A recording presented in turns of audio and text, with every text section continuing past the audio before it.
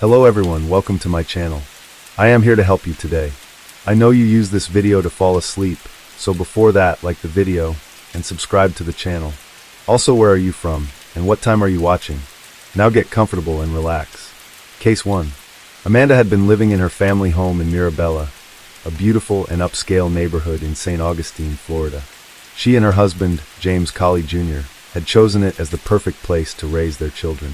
If you took a walk through their neighborhood, you'd immediately get the sense that the Colley family was living a good life. To anyone on the outside, they seemed like the perfect, happy, and successful family. Neighbors often saw James laughing and playing with their two children, 6-year-old Trey and 4-year-old Avery, in the cul-de-sac. The couple was known for hosting lively gatherings, inviting friends over for drinks and celebrations. Even as their marriage started to unravel, Amanda and James appeared to handle it with quiet grace. Whatever struggles they faced stayed hidden behind closed doors. That's why the events of August 27, 2015 were so shocking. Around 9 o'clock that morning, Rachel Hendricks received a message that something was wrong with Amanda. She and Amanda had been friends for years, having met at a mutual friend's party. Along with Lindy Dobbins, the three women had formed an unbreakable bond. They babysat each other's children, supported one another in times of distress, and were always just a phone call away. So when Amanda needed them, Rachel and Lindy didn't hesitate. That morning, Rachel had just dropped her kids off at school. Before heading to Amanda's house, she made a quick stop at a friend's home to get her hair done. It was supposed to be a normal day, but for Amanda, the chaos had already begun. Her usually pristine Mirabella home had been completely trashed overnight while she was away. When she returned at 9 o'clock that morning, she walked into a nightmare.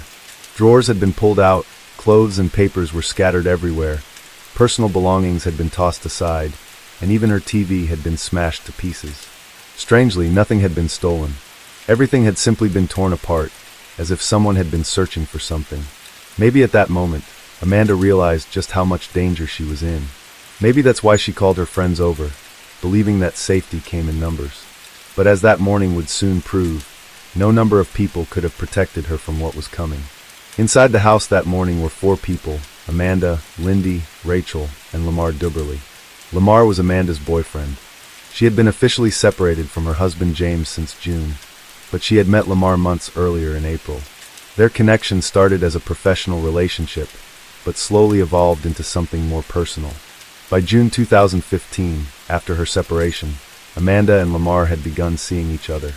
Can you describe how that relationship started, if it progressed, and how it progressed? The relationship started professionally, progressed into a personal relationship, and then we began seeing each other in June 2015. And ultimately, that was an intimate relationship, correct? Correct. Now, Lamar wasn't just any man. He was a force to be reckoned with. A former military officer with an impressive resume, he had attended the U.S. Naval Academy, studied at the Marine Corps University, and even worked at the Pentagon. Sharp, disciplined, and strategic, he carried himself with the confidence of someone who had seen and handled high-stakes situations. Amanda met him while they were both working in corporate management at Fanatics, a sportswear company. As her marriage with James crumbled, she found solace in Lamar, a man who offered stability when everything else in her life was spiraling. And on that fateful Thursday morning, when she returned home to find her house torn apart, Lamar was one of the first people she called.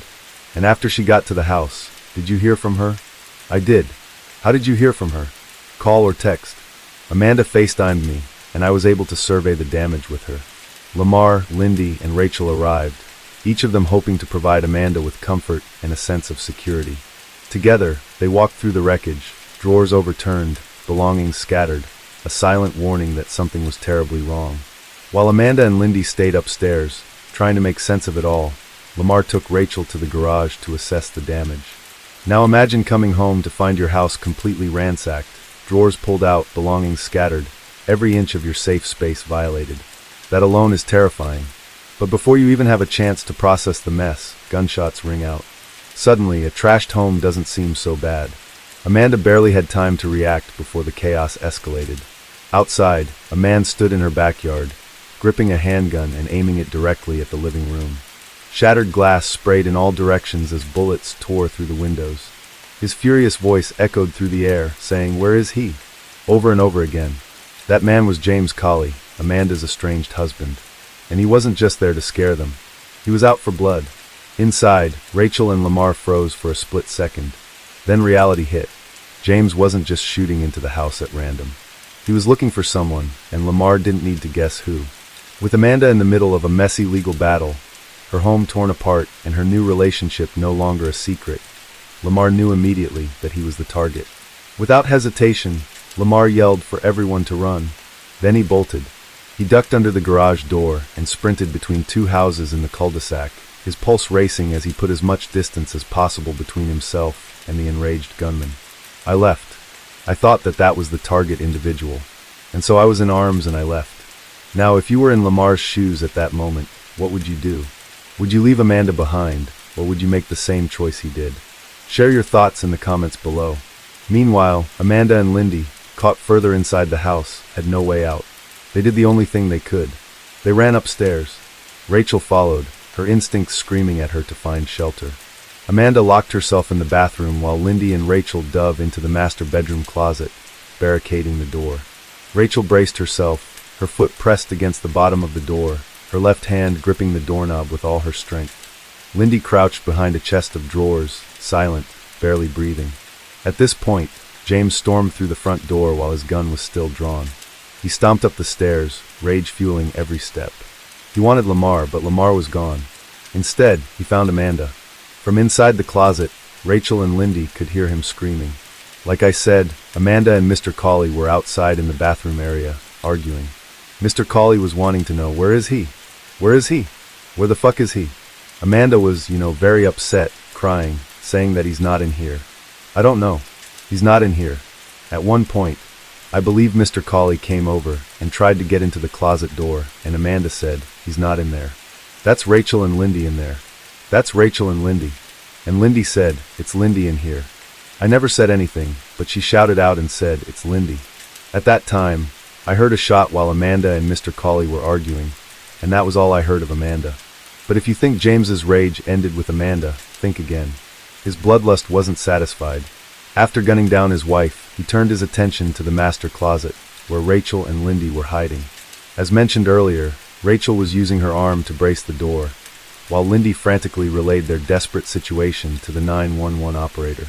James, growing more impatient by the second, pounded on the door and shouted, open the door, open it now. When they didn't comply, he fired. The bullet tore through the door, grazed Rachel's arm, and the searing pain forced her to stumble backward. That moment of weakness was all James needed. He kicked the door open, his eyes wild with rage. But Rachel got lucky. James wasn't looking for her, his target was Lindy.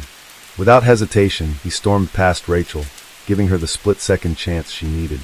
Heart pounding, she turned and ran, fleeing into the neighborhood, desperately searching for help. Meanwhile, Lamar, who had escaped earlier, had also found someone who called 911. But by the time law enforcement arrived, it was too late. James had vanished, leaving behind a house soaked in blood and horror. The once safe home was now a crime scene, a place of unthinkable violence and devastating loss. Information about a deadly rampage in a St. Johns County neighborhood. Investigators say James Cawley shot and killed his wife and her best friend. Loss. Lindy had been shot 3 times. Amanda 9. James had shot her once before forcing his way into the closet where Lindy and Rachel were hiding. Then, after killing Lindy, he unleashed 8 more bullets into Amanda's body. He had started with a 9mm handgun, emptying it into Lindy, and when that was out of bullets, he pulled out his .45, a backup weapon, proof that he had come prepared for something far worse than just an argument.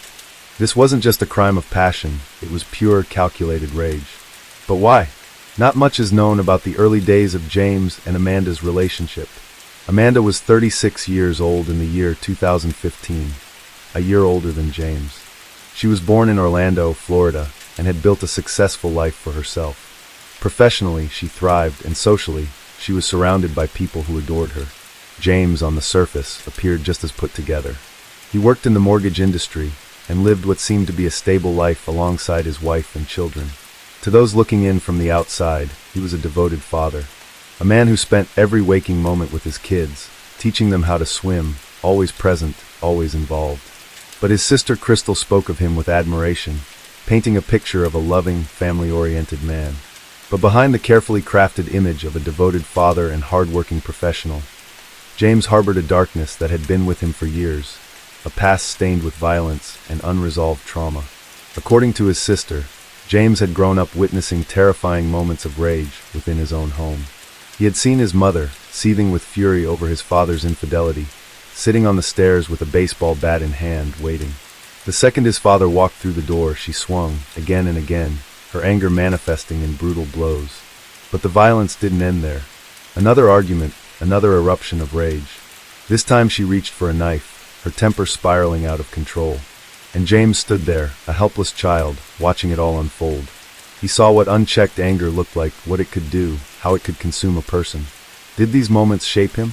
Did they plant the seeds of his own uncontrollable fury? A defense lawyer would certainly argue that they did, that James was merely a product of his environment, repeating the cycle he had been exposed to. But trauma alone doesn't excuse what happened that night. By late August of 2015, James and Amanda had been separated for months. He had moved on, or at least that's what everyone thought. James was seeing someone new, yet his obsession with Amanda hadn't faded. Instead, it had festered, growing into something dangerous, something deadly. Amanda had done nothing wrong. She had simply wanted to break free from their toxic marriage, to rebuild a life of her own. But James refused to let her go. His attack wasn't just a crime of passion, or a fleeting moment of lost control. It was premeditated. It was the culmination of his growing rage, his need for dominance over the woman who dared to walk away. And in the end, Amanda paid the ultimate price, for nothing more than wanting to be free. To me, I won't do nothing to you. I will bring this up in court about who you really are. And we both know what you really are. You're lucked out on solid shoulders, Officer Amanda. You're disgusting. That's what you are. Please talk to me. Please. Amanda, I'm running for it. Please talk to me. Maybe I have. Please. This is the last time I'm going to tell her name. Please. Now all of this toxicity comes to a peak when a neighbor sent James a photo. Lamar, shirtless, mowing Amanda's lawn. That was all it took to set him off. Fury consumed him, igniting a relentless storm of abusive text messages and voicemails that wouldn't stop until the day of the murders. In their conversation, he texted her, "Oh, and your boyfriend has been parking at the playground and walking around the back. The whole neighborhood knows. You should just have him park out front like a man. Yeah, everyone knows what you are. Don't worry, I will speak with him face to face sooner than later." Amanda, trying to defuse the situation, responded, "He's not my boyfriend. Like I've told you before, he helps me with the yard work, painting, moving furniture, etc." But James wasn't having it. So why doesn't he park in the driveway if he isn't hiding? And I guess he is married, right? I have a picture of him. These weren't just messages. They were threats. And James had acted on threats before. Amanda had already filed a domestic violence injunction against him, but he had no respect for boundaries.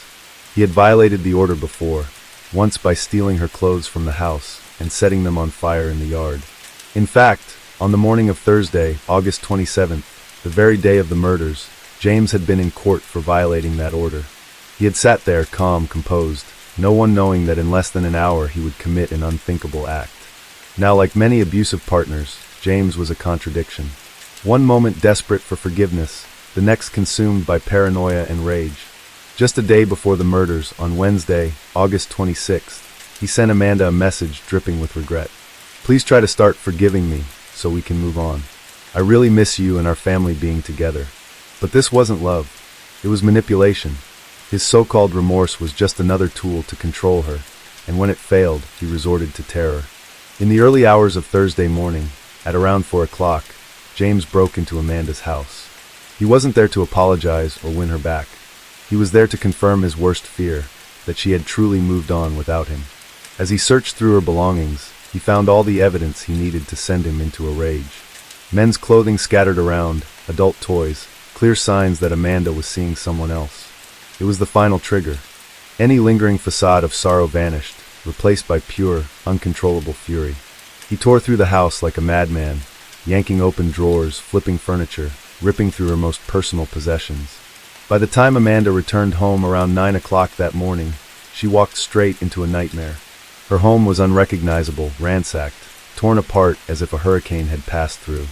Furniture was overturned, drawers emptied, personal belongings scattered and violated. The place she once considered safe had been transformed into a scene of chaos and destruction. Shaken and unnerved, she immediately reached out for support, calling her friends Lindy and Rachel. Perhaps she was seeking comfort, maybe advice. What she didn't know was that this phone call would unknowingly set the stage for the final, tragic moments of her life. But James wasn't done tormenting her. Not satisfied with the destruction he had already caused, he sent Amanda a final, chilling text. This time, his words carried a thinly veiled threat. "You're an awesome person. Don't take me from my kids. It's all I have. Call me, or I'm going to come find you." His desperation was palpable, but so was the danger lurking behind his words. It was clear that if Amanda didn't respond, he was willing to escalate things further. Perhaps hoping to de-escalate the situation, Amanda called him back. At exactly 9:41 in the morning, she argued with him over the phone, just 10 minutes after James had left the courthouse. It's unclear what was said between them, but whatever Amanda told him, it wasn't enough to stop him. At this point, nothing could. After the call, James moved with calculated precision. He drove to a gas station, then to his sister's house, where he had been staying, then back to the gas station, this time to buy fuel. Somewhere along the way, he armed himself with 2 handguns, a 9mm and a .45 caliber. His every move was deliberate. He wasn't acting on impulse anymore. He was following a plan, one that had only one possible ending. During his drive, James made one last phone call to his father. A woman walking her dog nearby overheard the conversation and later recalled the desperate plea in James' father's voice. "Please, please, son, come back and get your truck. Everybody knows what you've been through." His father was begging him to stop, to turn back before it was too late. But James' response was chilling, filled with a heavy finality that left no room for hope. "I just can't take this anymore," he said. And with that, he continued his deadly course. James didn't pull up to Amanda's house the way a visitor would. He didn't park in the driveway. He didn't knock on the door. Instead, he parked on a nearby street and approached from the rear, moving like a predator stalking its prey.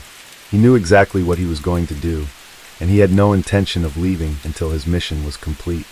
The first gunshots shattered the morning silence, ripping through the living room with terrifying precision.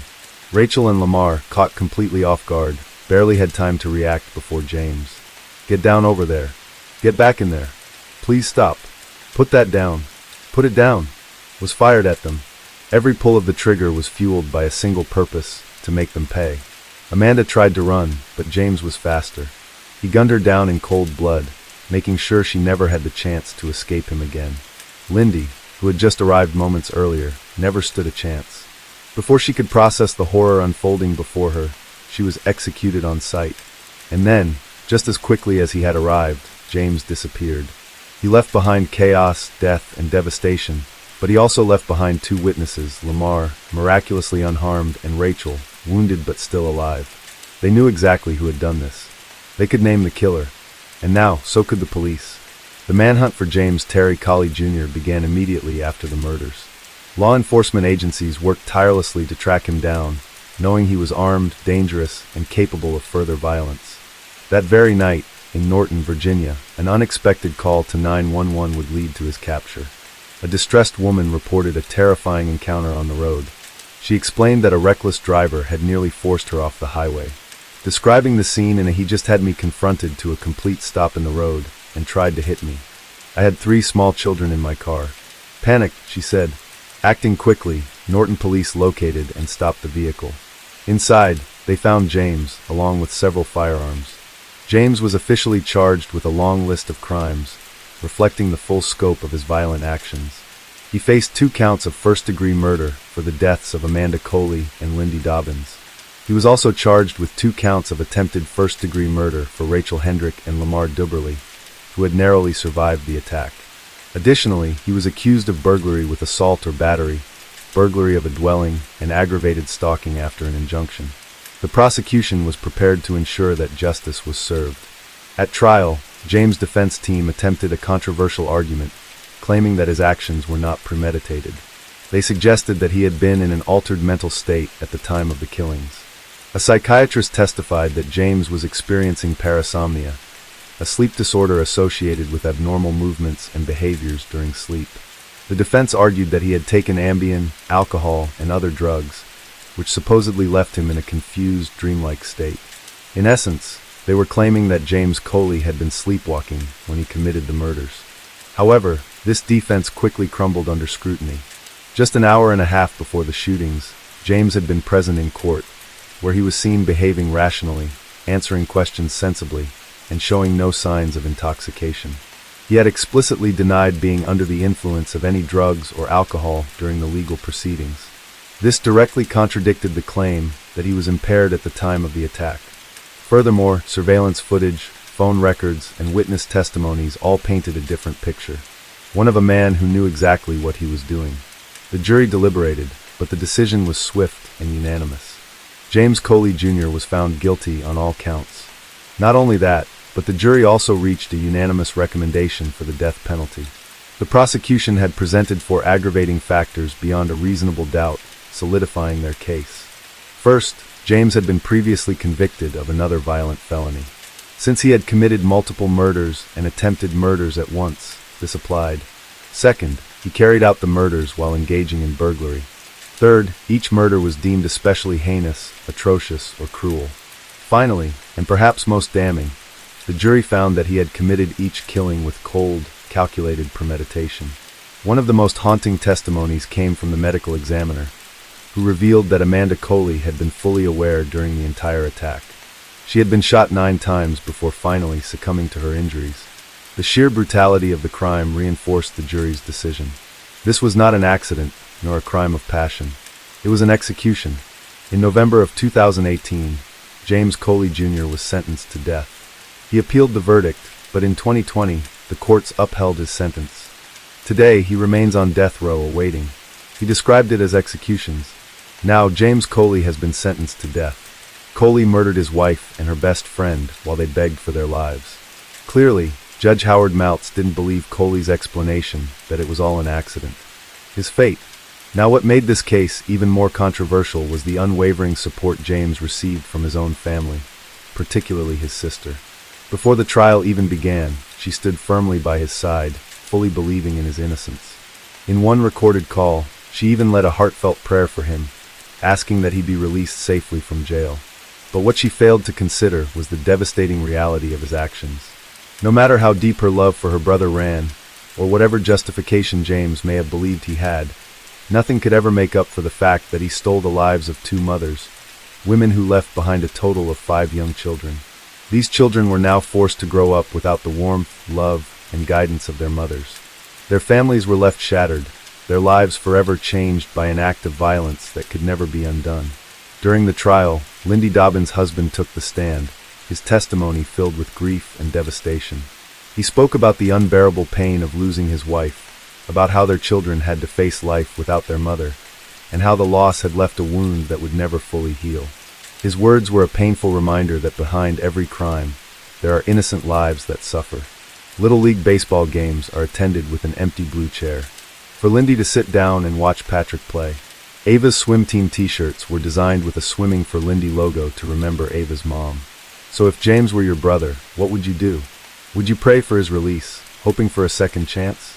Or would you acknowledge the weight of his actions and the irreversible damage he caused? As you think about your answer, let this be a reminder. Domestic violence doesn't just happen in isolation. It can spiral into unimaginable tragedy, tearing families apart in ways that can never be repaired. Case 2. By the end of the year 2000, only 4 houses remained in the area, one of them belonging to the Miyazawas. At first glance, their home looked like a single large house, but in reality, it was 2 attached residences. One side was occupied by the Miyazawa family, while the other housed Yasuko's relatives, mainly her mother with occasional visits from her sister and brother-in-law.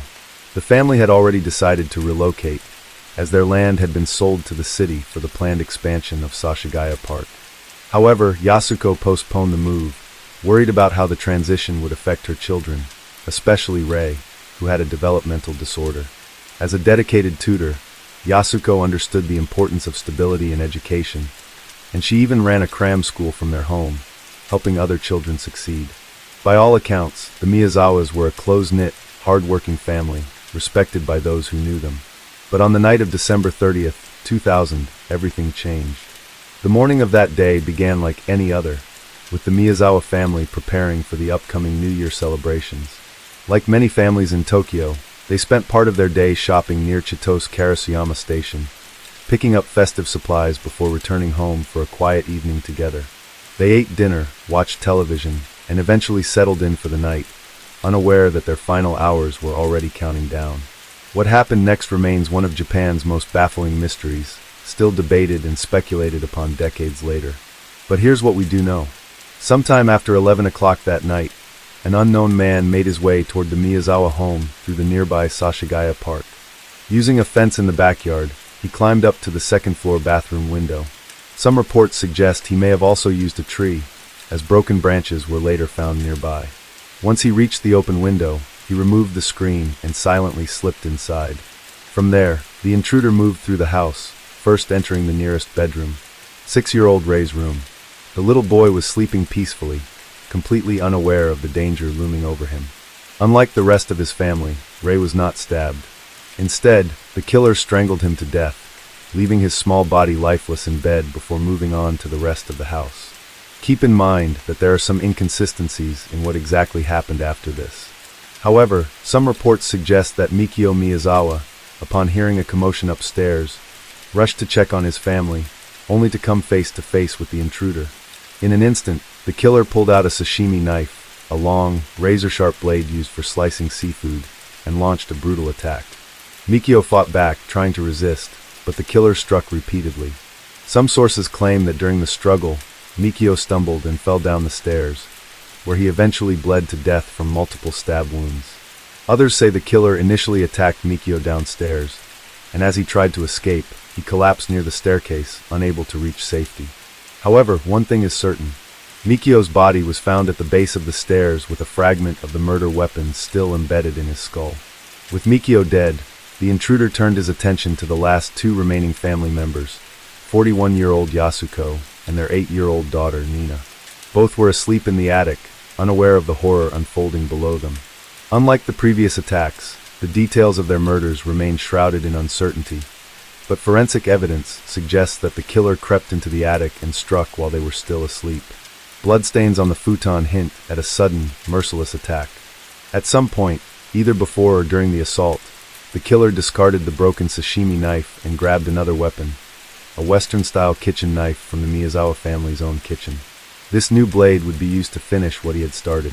In a desperate bid to escape, Yasuko and Nina tried to flee down the foldable attic ladder that connected the upper level to the rest of the house, but the intruder was faster. Their bodies were later discovered at the top of the second-floor staircase, huddled close together. It was clear that they had fought for their lives. Nina, in particular, suffered a fate even more horrific than the others. She had not only been stabbed repeatedly, but had also been beaten so brutally that several of her teeth had been knocked out. Forensic analysis later revealed the most chilling detail of all. Nina was the last to die. Out of the thousands of cases we've examined, this one stands out as one of the most bizarre and unsettling.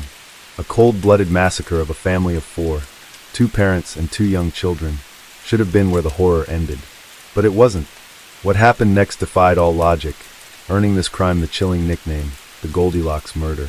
By the way, I post true crime and new cases here every week, so if that sounds like your kind of thing, please consider subscribing. It helps a lot. Unlike most killers who flee the scene as quickly as possible, this one didn't.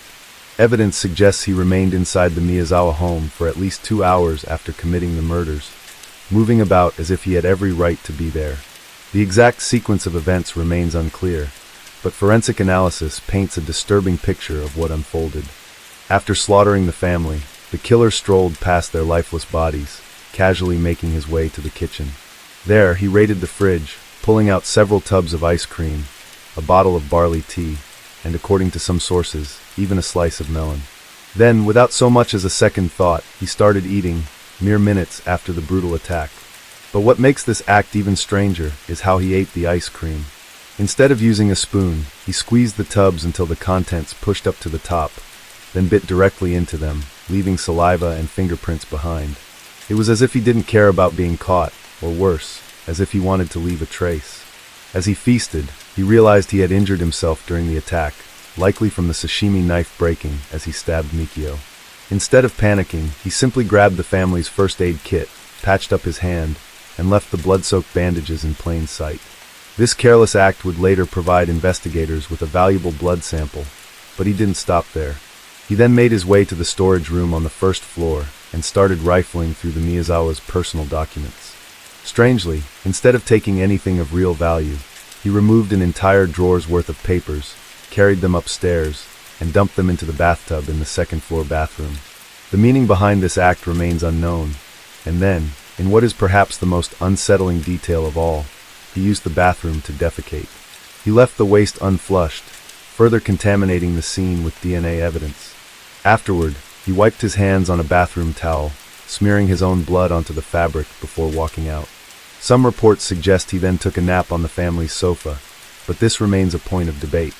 What is confirmed, however, is that at some point he removed several pieces of clothing, his jacket, hat, shirt, and scarf, and left them behind.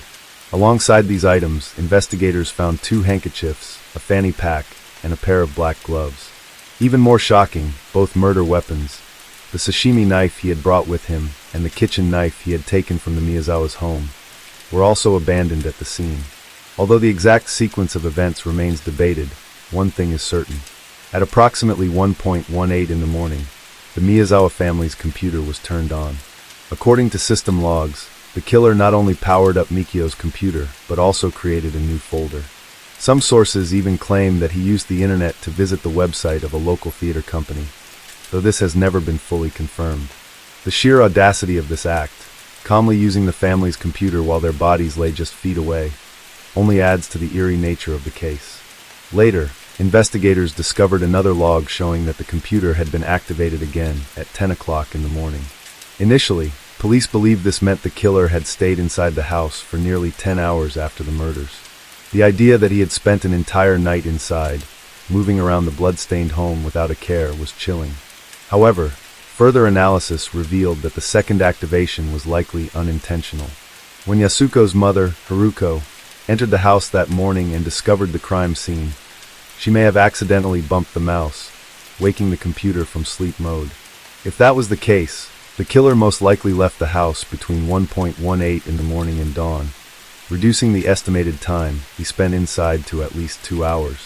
But those 2 hours were enough for the case to become one of the most baffling and chilling cases in Japan's history.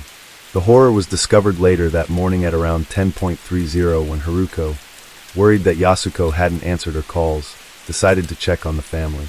As she stepped inside, she was met with a nightmare, her son-in-law Mikio lying at the base of the stairs lifeless.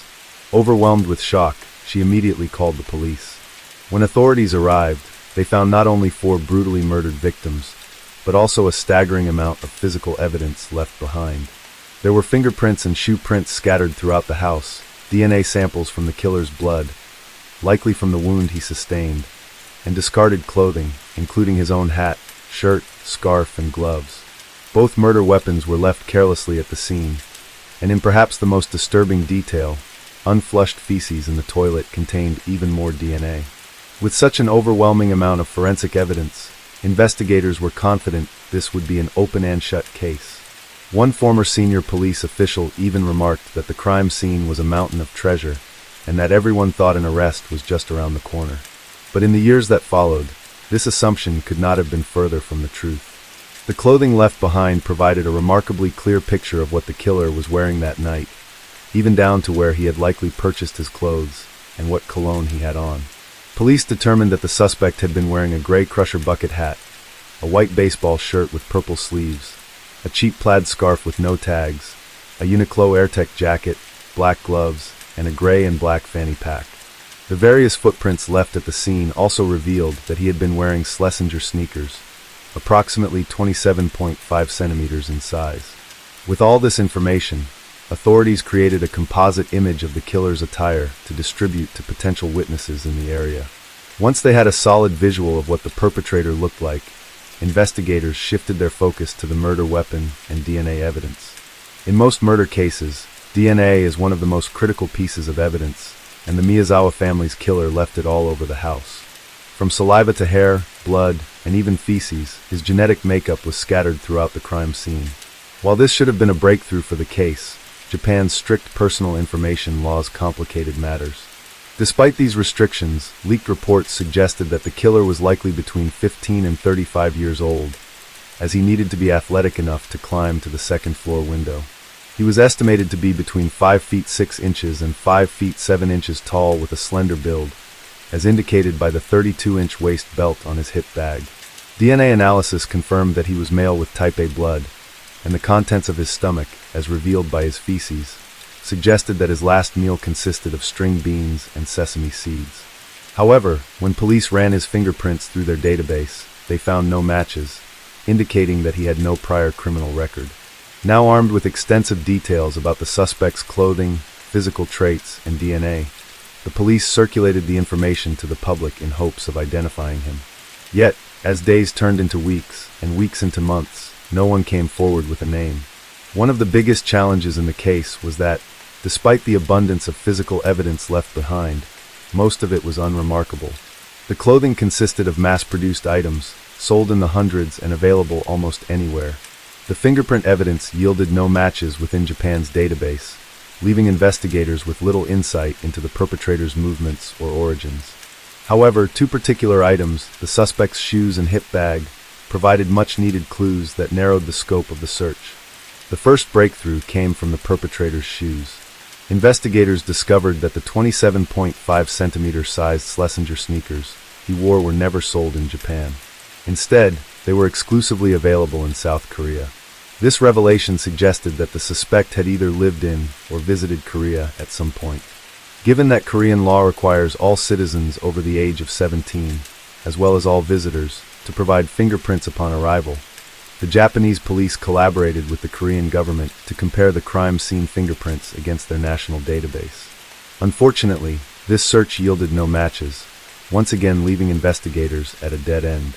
The second clue came from the suspect's hip bag, which significantly expanded the scope of the investigation beyond Japan, leading all the way to the United States. Analyzing the bag's contents, police found grip tape used for skateboards, trace amounts of the men's cologne Drakkar Noir, and small particles of sand. Upon further testing, it was revealed that this sand did not originate from Japan, but instead came from Los Angeles, California. This revelation completely upended investigators' initial theories about the perpetrator, forcing them to reconsider the suspect's possible origins and connections. As time passed and tips continued to pour in, new discoveries emerged, each more puzzling than the last. Some findings helped clarify certain aspects of the case, while others only deepened the mystery. One such discovery came from a taxi driver who had been working in the area on the night of the murder. When interviewed, the driver recalled picking up 3 men near the crime scene. These men matched the general age and build of the suspect, and one of them appeared to be injured, even leaving a bloodstain on the taxi seat before exiting the vehicle. This report raised an unsettling question. Could these men have been involved in the murder? However, this lead conflicted with key evidence from the crime scene, which strongly suggested that only a single perpetrator had been present. Eyewitness reports also provided another strange lead in the case. The day after the murder, staff at a medical center near Tabiniko Station, several hours north of Setagaya, reported treating a man in his mid-30s who had arrived with a however. Despite their repeated questions about how he sustained it, the man refused to give any explanation. His reluctance to speak made the encounter suspicious enough for the staff to alert the police. Adding to the mystery were 2 handkerchiefs found at the crime scene, one intact and the other with a hole cut in the middle. Initially puzzled, police turned to the public for insights. Responses suggested that the handkerchief with a hole may have been used to secure a knife handle, a common practice among fishermen handling large fish like tuna, as it improves grip. Others speculated that one handkerchief might have been used to hold the weapon without leaving fingerprints, while the other was worn as a makeshift mask. However, this theory raised a contradiction. Why would the killer bother avoiding fingerprints on the knife when he left them all over the house? These inconsistencies plagued investigators for years, stalling progress and reducing the chances of catching the perpetrator. Beyond the overwhelming evidence, a major challenge in the investigation was identifying a motive.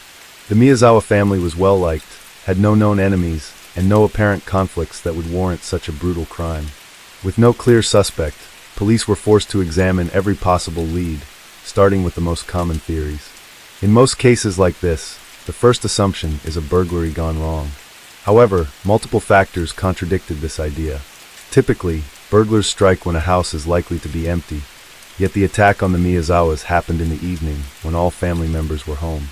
More disturbingly, the killer's first act upon entering the house was to strangle 6-year-old Ray, who was asleep and posed no threat. If robbery was the goal, the perpetrator would have prioritized searching for valuables, not immediately committing murder. In fact, the killer only made a weak attempt to retrieve valuables after slaughtering the entire family. Yet even then, he left most of the items behind or discarded them in the bathtub. Some sources suggest that the killer left the crime scene with around 150,000 yen, roughly $1,500. However, what truly baffled investigators was that nearly $2,000 in cash was left behind. This led police to believe that theft was not his primary motive.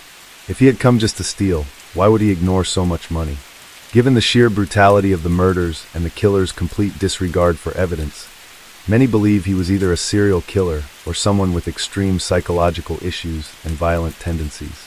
The strongest argument for this theory lies in the killer's behavior after the crime. Rather than fleeing, he made himself at home, eating their food, using their toilet, and even taking a nap in their living room while the victims' bodies lay nearby. This lack of remorse was chilling. Another unsettling detail was the level of violence directed at the women in the family. Yasuko, the mother, fought desperately against her attacker and suffered severe injuries as a result. Her wounds indicated that she struggled until the very end. Nina, the youngest daughter, was the last to die, and her body showed signs of horrific overkill. Even after she had passed, the killer continued to stab and beat her, breaking her teeth and causing massive internal bleeding. This excessive violence led some to theorize that the killer harbored deep hatred toward women, possibly suggesting a personal vendetta or misogynistic rage. With burglary and serial murder considered, the only remaining motive was revenge. However, this theory had a major flaw. The Miyazawa family was well-liked, with no known enemies. Friends and colleagues described Mikio, the father, as a friendly and easygoing man who never stirred conflict. The only incident that stood out was a minor dispute days before the murder. Mikio had complained about a group of skaters making too much noise at the skate park behind their house. One of the earliest theories was that these skaters, angered by his complaint, decided to retaliate in the most extreme way possible by slaughtering his entire family. While this theory seemed outlandish, it did align with an early eyewitness account. A taxi driver reported picking up 3 men shortly after the murder, one of whom had a fresh hand injury. Investigators speculated that one of them could have been the killer, while the other 2 acted as lookouts. This theory gained further traction when police examined the evidence left behind. The clothes abandoned at the scene matched the style commonly worn by skaters at the time, and the killer's hip bag contained pieces of skater's tape. However, when police interviewed local skaters from Sashigaya Park, they found no suspicious individuals or connections to the Miyazawa family. The idea that a noise complaint escalated into a quadruple homicide was hard for both police and the public to believe. It seemed too extreme a reaction for such a minor grievance. Strangely enough, the most intriguing clue came from an unexpected source: grains of sand found inside the killer's hip bag. When analyzed, the sand was traced back to California, specifically to an area just north of Los Angeles. This bizarre detail raised a haunting question. How did sand from California end up in the bag of a murderer in Setagaya, Japan? The answer, some believe, lies in a controversial but crucial piece of evidence: the killer's DNA. Blood samples left at the crime scene allowed police to analyze his genetic profile, revealing something unexpected. The DNA suggested that the killer had mixed ancestry. His mother likely had roots in southern Europe, while his father had East Asian heritage. This revelation only deepened the mystery. Who was he, what was he doing in Japan, and why did he target the Miyazawa family? One of the most widely discussed theories suggests that the killer was likely military. Now, how do we know this? The answer lies in the sand.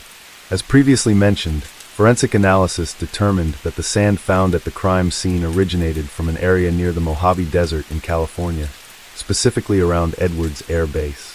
Theorists believe that the killer may have been stationed at this air base while serving in the United States military, which is where he picked up the sand found in his hip bag. Later, he was transferred to Japan, most likely to Yokota Air Base, which happens to be located just about an hour away from the Miyazawa family's home. For this theory to hold up, the killer, now presumed to be a U.S. military member, needed to understand Japanese. Evidence suggests he could read Japanese documents, allowing him to decide which papers to throw into the bathtub and which to leave behind. Of course, it's also possible that he randomly discarded documents, but this is where his mixed heritage comes into play. Some believe the killer was the child of a soldier who married a foreigner while stationed overseas. This could mean that although he may not have grown up in Japan, he learned the language from a parent and possibly visited the country during his childhood, making him familiar with the area and local customs.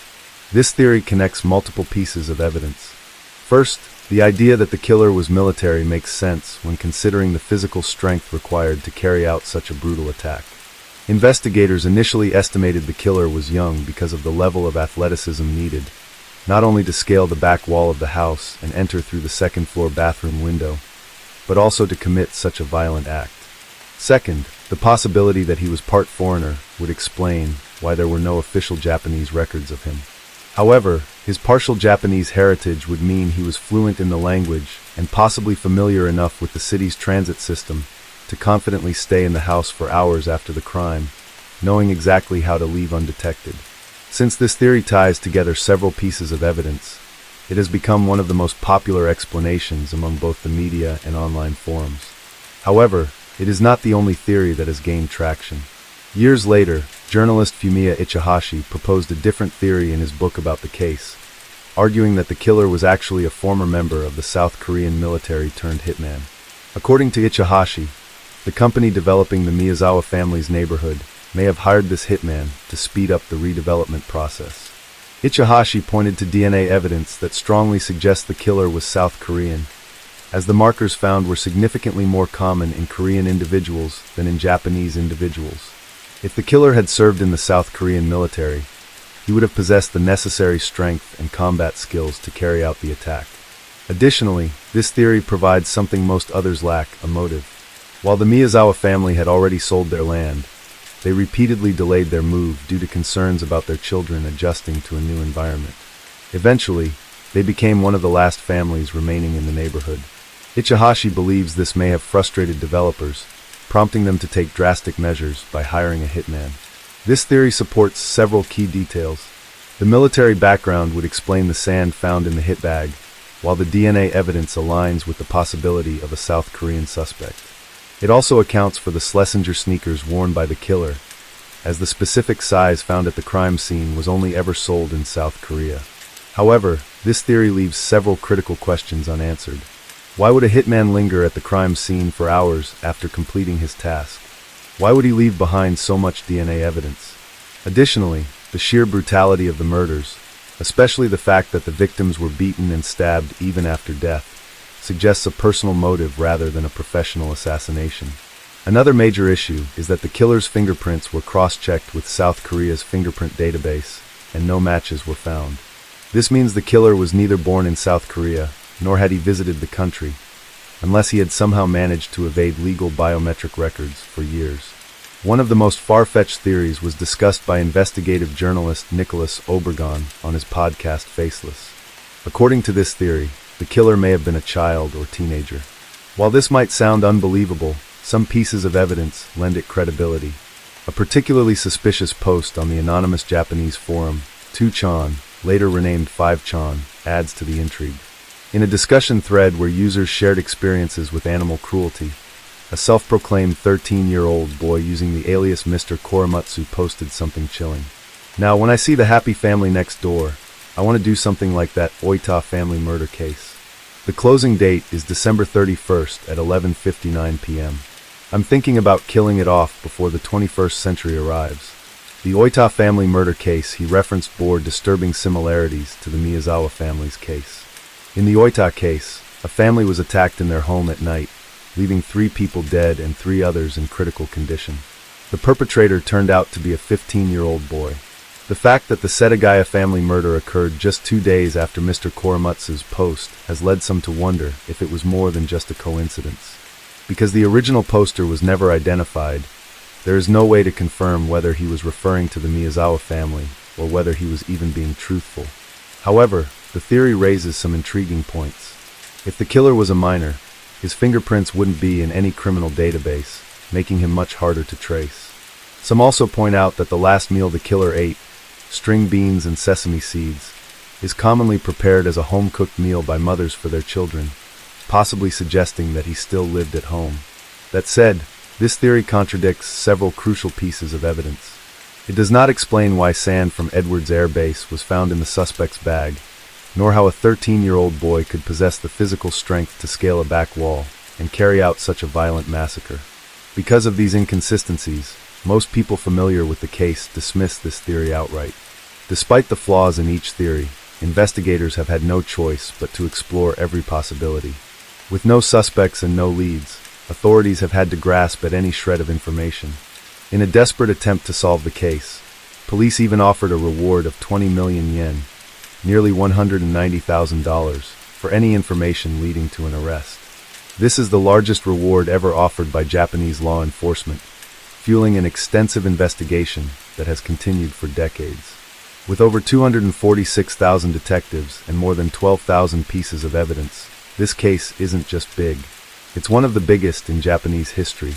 And yet, after all these years, not a single step closer to justice.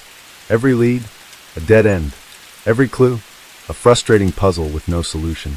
But that hasn't stopped detectives from trying, even if progress has been painfully slow. For 2 decades, Setsuko Miyazawa has refused to let her family's story be forgotten. Rain or shine, she's out there at Chida's Karasuyama station handing out flyers, hoping that someone somewhere knows something. Case 3. On the morning of April 30th, 1997, the Alador family began their day just like any other. 29-year-old Marie Alador was at home, caring for her 2 baby girls, Samantha, just 2 years old, and tiny little Sabrina, barely 6 weeks old. Alongside them was Marie's mother, 68-year-old Teresa Laverne, who was there to lend a helping hand. Their home in Miramar, Florida was filled with the sounds of giggles, baby cries, and the comforting presence of family. Like every morning, Marie's husband, George, left for work at exactly 7 o'clock. It was part of their usual routine. But as the day went on and afternoon rolled around, George did what any husband and father would do. He called home to check in. With a new baby in the house, he probably wanted to know how Marie was holding up, if the baby was sleeping okay, or if she needed anything. But something didn't feel right. The first call went unanswered, then the second, and the third. This wasn't like them. With 2 adults at home, someone should have picked up. Even if they had stepped out for a Marie, or her mother would have called back. But the silence on the other end only made George's worry grow. With this being said, he reached out to his brother-in-law and asked him to stop by the house. Maybe the phone was just misplaced, or they had gone outside for a bit. But when his brother-in-law arrived at the house, he was met with something that would shock him for decades to come. The bodies of Marie Alador, her mother Teresa, and her 2 baby girls, Samantha and Sabrina, were found under circumstances so horrifying that even today, those who witnessed the scene are haunted by the memories. The home that had once been filled with warmth, laughter, and the innocent giggles of children had been turned into something unrecognizable, a place of pure horror. But the big question is, who could have done this? The Alador family had no known enemies. In fact, they were widely known as a kind, loving, and peaceful family. They weren't involved in any conflicts, nor did they have any ties to crime. So why were they targeted in such a brutal and merciless way? To even begin to understand, we need to step back and truly get to know Marie Alador, the woman at the heart of this family. By all accounts, Marie Carmel Alador was a woman of quiet strength, resilience, and grace. She was originally from Haiti, where she grew up with big dreams of a better life. Like so many immigrants, she faced many struggles adjusting to a new country, but she never let obstacles break her spirit. Determined to create a brighter future, she eventually settled in the warm, welcoming embrace of South Florida.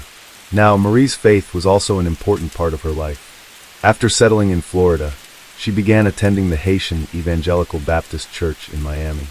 It was there that she met the man who would become her husband, George Alador.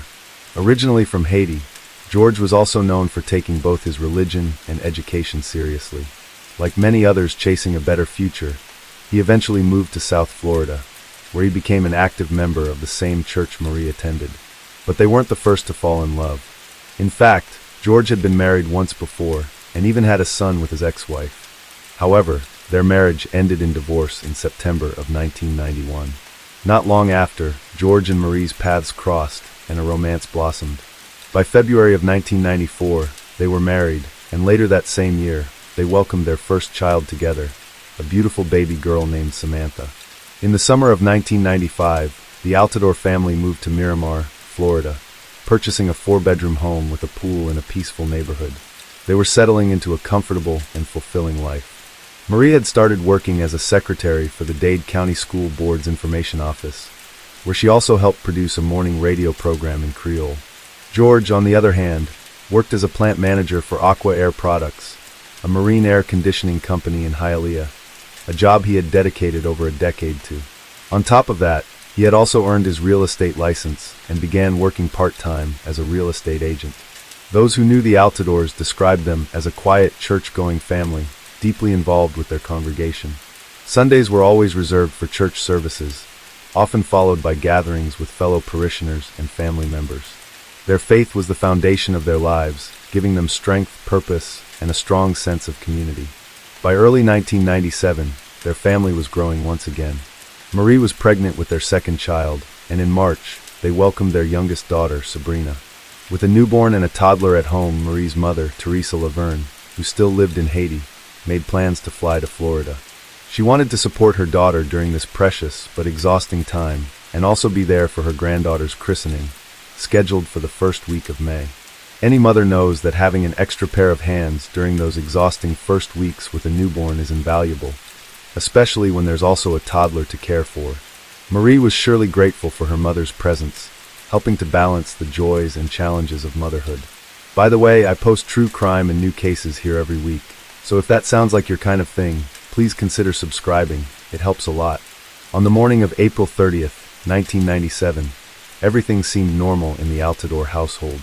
Teresa had already arrived from Haiti, and the family was settling into a routine. According to George, he left for work at exactly 7 in the morning, just as he always did. Inside their home, Marie, Teresa, and the 2 little girls were still there, likely starting their day like any other.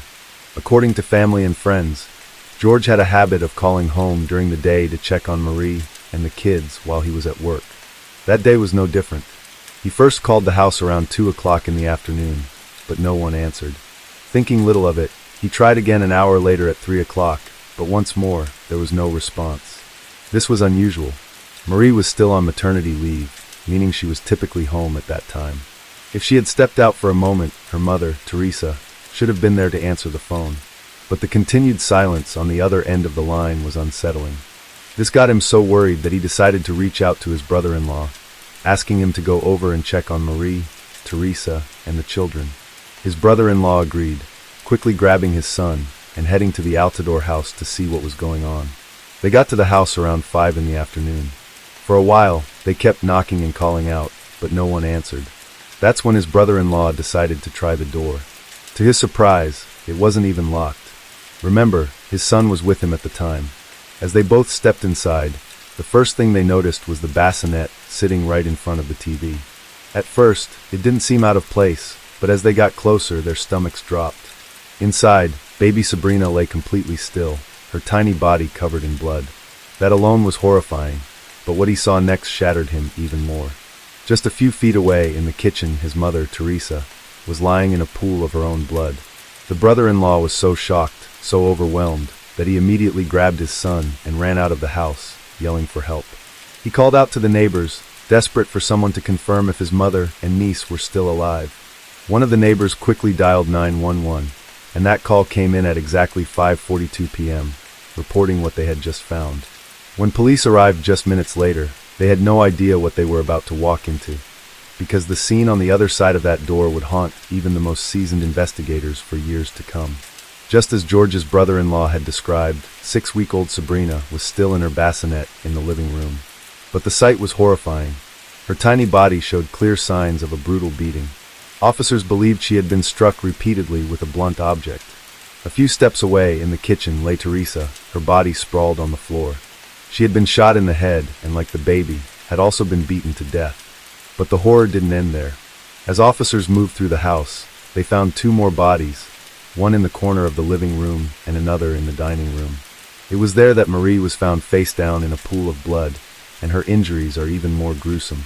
She had been shot multiple times in the chest, stabbed, and then bludgeoned in the head. The level of violence was beyond anything the officers had expected. The last victim was 2-year-old Samantha. She had been found in the living room, wedged between the couch and a chair. Unlike the others, her position suggested that she had been trying to hide, but it hadn't saved her. She too had been beaten to death. The sheer brutality of the crime forced investigators to dig deeper, and as they combed through the house, they were left baffled. It quickly became clear that robbery was not the motive. The furniture was undisturbed, electronics untouched, and valuable jewelry remained exactly where it was left. Strangely, no murder weapon was found at the scene. Then came an even more unsettling discovery. There were no signs of forced entry. The doors were unlocked, nothing was broken, and there was no evidence of a struggle near the entrance. This pointed to a chilling possibility that the killer was someone the family knew, someone who didn't need to force their way inside, someone they trusted enough to let in.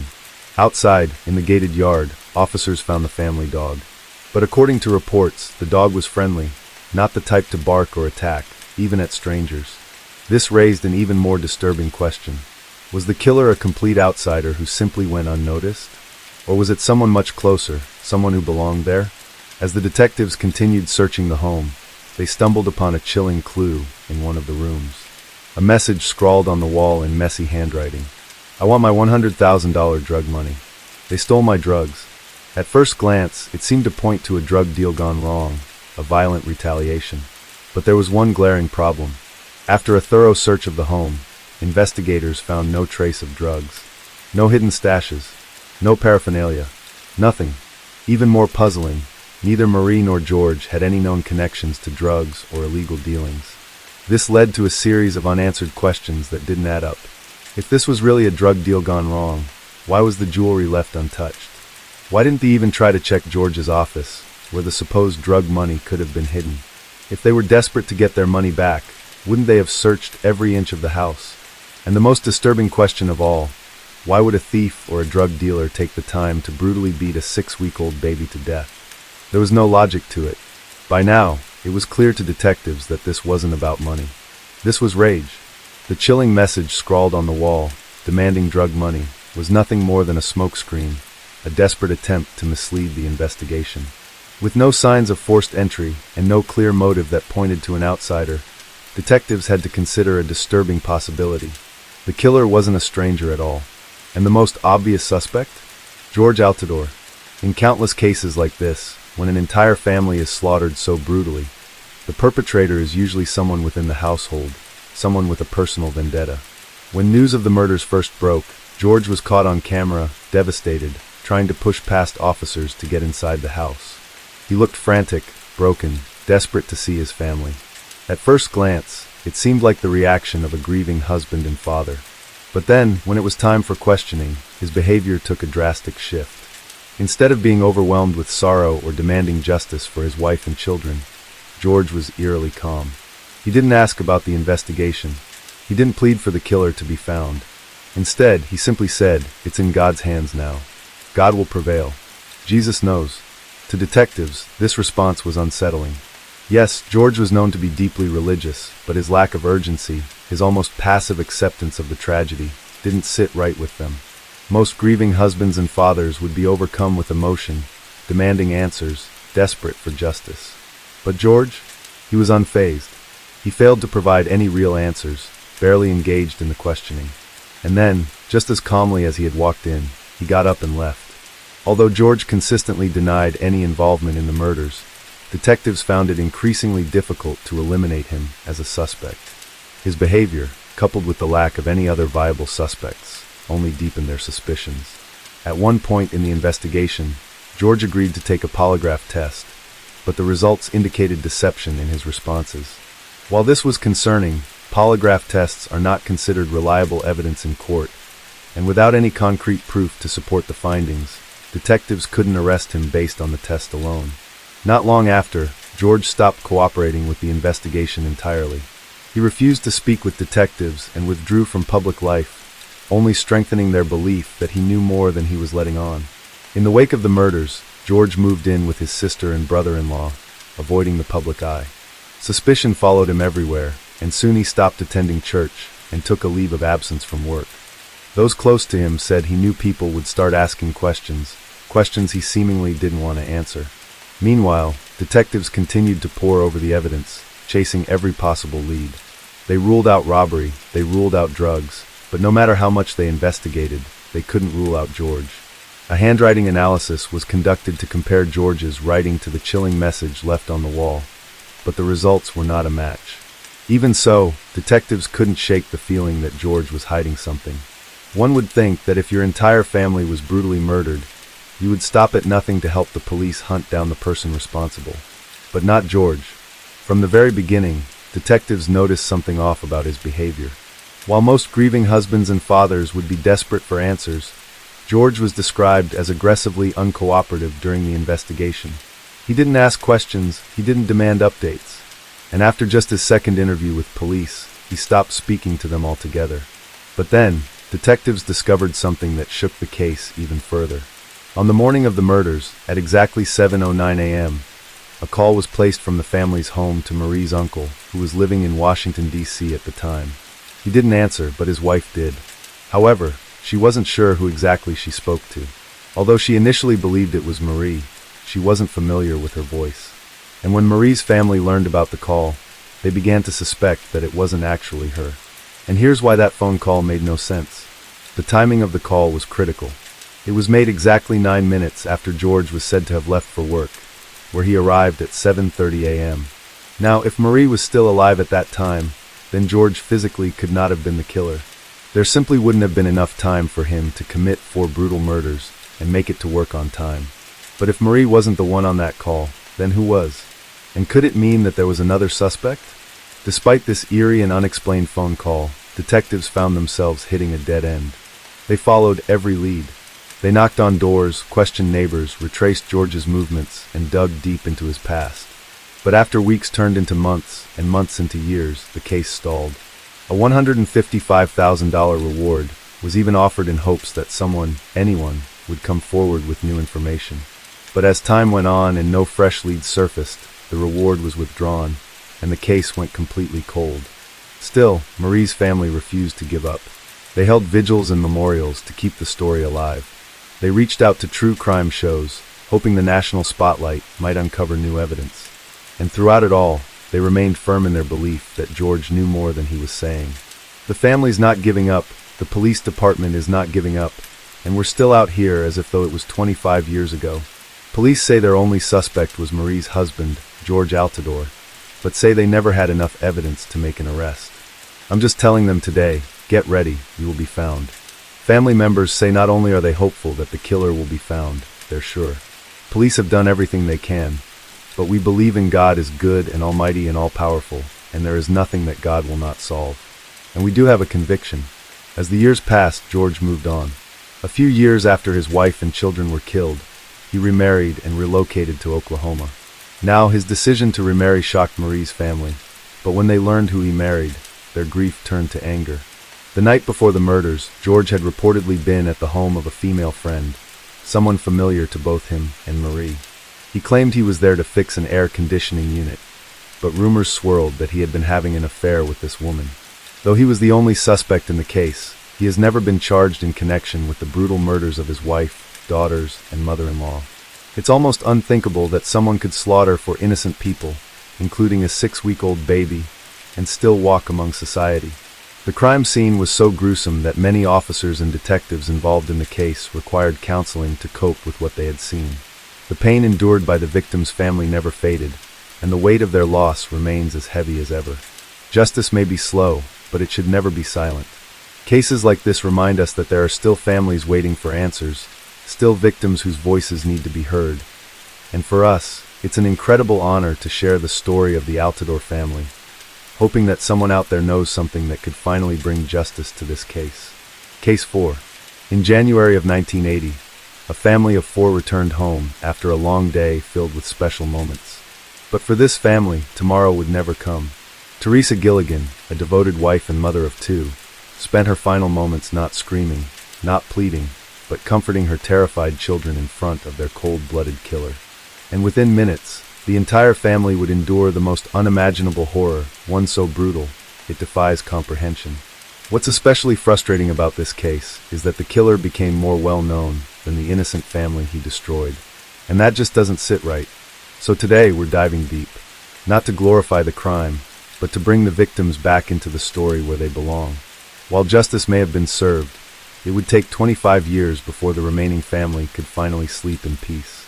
And once you hear the full story, you'll understand exactly why. For this case, let's travel all the way to Evansville, Indiana, where the Gilligan family built their lives in the late 70s. By all accounts, they were the definition of a loving, all-American family. Patrick, the father, and Teresa, the mother, were both 30 years old in 1980. Together, they were raising their two young children, Lisa, 5, and Gregory, 4, in what seemed like a simple, happy life. Now, as mentioned earlier, there's not a lot of information about them online. But what we do know was that Patrick worked as a warehouse manager at L.B. Jones Furniture Company, providing a steady paycheck to keep the family comfortable. Teresa, on the other hand, dedicated herself to making their house feel like a home, warm, safe, and full of love. She made sure Lisa and Gregory had everything they needed, from bedtime stories to home-cooked meals, creating the kind of childhood every kid deserves. Back in those days, Evansville was a growing city with about 130,000 people calling it home. It was an industrial hotspot, with factories and manufacturing jobs keeping the economy strong. Most neighborhoods had that close-knit, small-town feel, where neighbors actually knew each other. Kids played outside until the streetlights flickered on, and families came together for community events. And the Gilligans were no different. They were active in their church, well-liked by their neighbors, and had a reputation for being kind, hard-working, and devoted to their family. Additionally, Teresa was involved in her community. She once chaired meetings for the Indiana Association of Legal Secretaries, and even led an astrology-themed talk called Age of Aquarius. Patrick, on the other hand, had been a star athlete in his younger years, even setting a discus record at Wake Forest before settling into a stable job in Evansville. But beyond their community roles, what really stood out about the Gilligans was how well they raised their kids. Lisa and Gregory were always dressed neatly, polite, and well-behaved, traits that didn't go unnoticed. Teachers, neighbors, and even family members often spoke about how much love and care Teresa and Patrick put into raising their kids. And unlike those picture-perfect families that sometimes turned out to be a mess behind closed doors, the Gilligans were exactly who they appeared to be, genuinely happy. There were no rumors of affairs, no marital fights, no dark secrets lurking in the background. In fact, just 2 days before the unthinkable happened, Teresa told her mother that she and Patrick were incredibly lucky. In her own words, she said, "There are so few people who ever find the kind of love we had." And just like so many true crime cases, tragedy struck when the family least expected it. It was January 14th, 1980, and Patrick had the day off from work. Days off were special for the Gilligans. They usually planned something fun for the whole family. And that day was no different. Lisa and Gregory had recently received Christmas money, so Patrick and Teresa took them out to spend it on whatever they wanted. It was one of those simple but cherished moments, a regular family outing, just parents letting their kids pick out toys or treats, something small that would make them smile. After finishing their shopping, they stopped by the children's grandparents' house for a quick visit before heading home. It was around 8 in the evening when they pulled into their driveway. Their house sat in a quiet suburban neighborhood on Aspen Drive, the kind of place where people didn't T-lock their doors, where crime was a rarity, and where safety was something everyone took for granted. That night, Teresa and her children were the first to step inside while Patrick stayed behind in the garage. But what they didn't know was that a man with a gun was already waiting for them. Before Teresa could even process what was happening, the intruder aimed his gun at her and ordered her to stay quiet. Her heart must have pounded in her chest, but with her 2 small children right there, she had no choice but to comply. The stranger forced them to sit down, his weapon a silent threat that he was in control. Then, using whatever he could find around the house, a vacuum cleaner cord, among other household items, he tied up Teresa, Lisa, and Gregory. Just as he was finishing, Patrick walked through the door. For a split second, maybe he was confused. Maybe he thought it was a prank, a misunderstanding. But then he saw his wife and kids, bound and terrified, and standing in front of them, a man with a gun. Patrick did what any loving father and husband would. He tried to reason with the intruder, hoping to defuse the situation and keep his family safe. But the man wasn't interested in talking. He forced Patrick to the ground at gunpoint, tying him up just like Teresa and the kids. And then, in a twisted attempt to keep them calm, or maybe just toying with their fear, he assured them that he wasn't going to hurt anyone, that this was just a robbery, that once he got what he wanted, he'd be on his way. But as the case later revealed, that was never how things were going to end. The killer would later admit that he never intended to kill the Gilligan family. But that shifted when Patrick saw an opportunity to fight back. As he rummaged through the house looking for valuables, Patrick managed to loosen his restraints. Fueled by sheer desperation to protect his family, he lunged at the intruder, hoping to overpower him. But that attempt failed. Because of this, the intruder now had what he believed was a reason to eliminate the entire family. In a split second, he pulled the trigger and shot Patrick. But Patrick didn't die immediately. He was still alive, struggling to hold on. The intruder, however, couldn't take any chances. He grabbed a dumbbell lying nearby and mercilessly struck Patrick again and again, making sure he wouldn't get back up. By the way, I post true crime and new cases here every week. So if that sounds like your kind of thing, please consider subscribing. It helps a lot. Imagine the sheer horror Teresa and the children must have felt in that moment, watching their husband and father being beaten to death right in front of them. It was a nightmare they never could have prepared for. The children must have been terrified beyond words, clinging to their mother, hoping for some kind of protection. And Teresa, despite witnessing something so horrific, stayed as composed as she could for them. Reports suggest that even after watching her husband's brutal death, she remained calm, likely trying to shield her children emotionally, if not physically. But none of it mattered. The intruder had already made his decision. Whether it was fear of being caught or something far darker, he wasn't going to leave any witnesses behind. In cold blood, he raised his gun once again, and one by one shot Teresa, Lisa, and Gregory, silencing the Gilligan family forever. Now, as it turns out, the Gilligan home wasn't the only target that night. The intruder had struck more than once. Later that evening, around 10:15 p.m., a call came in from a concerned neighbor, Ralph Hendricks, who had just returned home to find his house burglarized. In response, Indiana State Trooper Thomas Snyder was dispatched to Aspen Drive. Following standard procedure, Snyder began checking with nearby residents to see if anyone had seen or heard anything unusual. One of the houses he approached was the Gilligan residence, which was right next door to Hendricks. He knocked on the front door, but obviously no one responded. Suspecting that this house might have been burglarized as well, he walked around to the back and immediately noticed something alarming. The window on the door had been taped and broken through, likely an attempt to muffle the sound of forced entry. His instincts kicked in, and realizing something was seriously wrong, Snyder decided to enter the home for a welfare check. What he initially assumed was another case of burglary quickly turned into a horrifying discovery, a gruesome quadruple homicide. Inside, investigators arrived at the scene, and it quickly became evident that this was a burglary gone horribly wrong. Teresa's purse was found sitting on a chair, its contents rummaged through, a clear indication that the intruder had been searching for valuables. Nearby, a shattered gun case lay on the floor, its glass broken, and all the firearms inside had been stolen. But what stood out the most was the state of the entire house. It was in complete disarray. Every room turned upside down. Given that a neighbor's house had also been burglarized that same night, it became obvious that the crime spree had escalated into a horrifying tragedy. Naturally, the neighborhood was gripped with fear.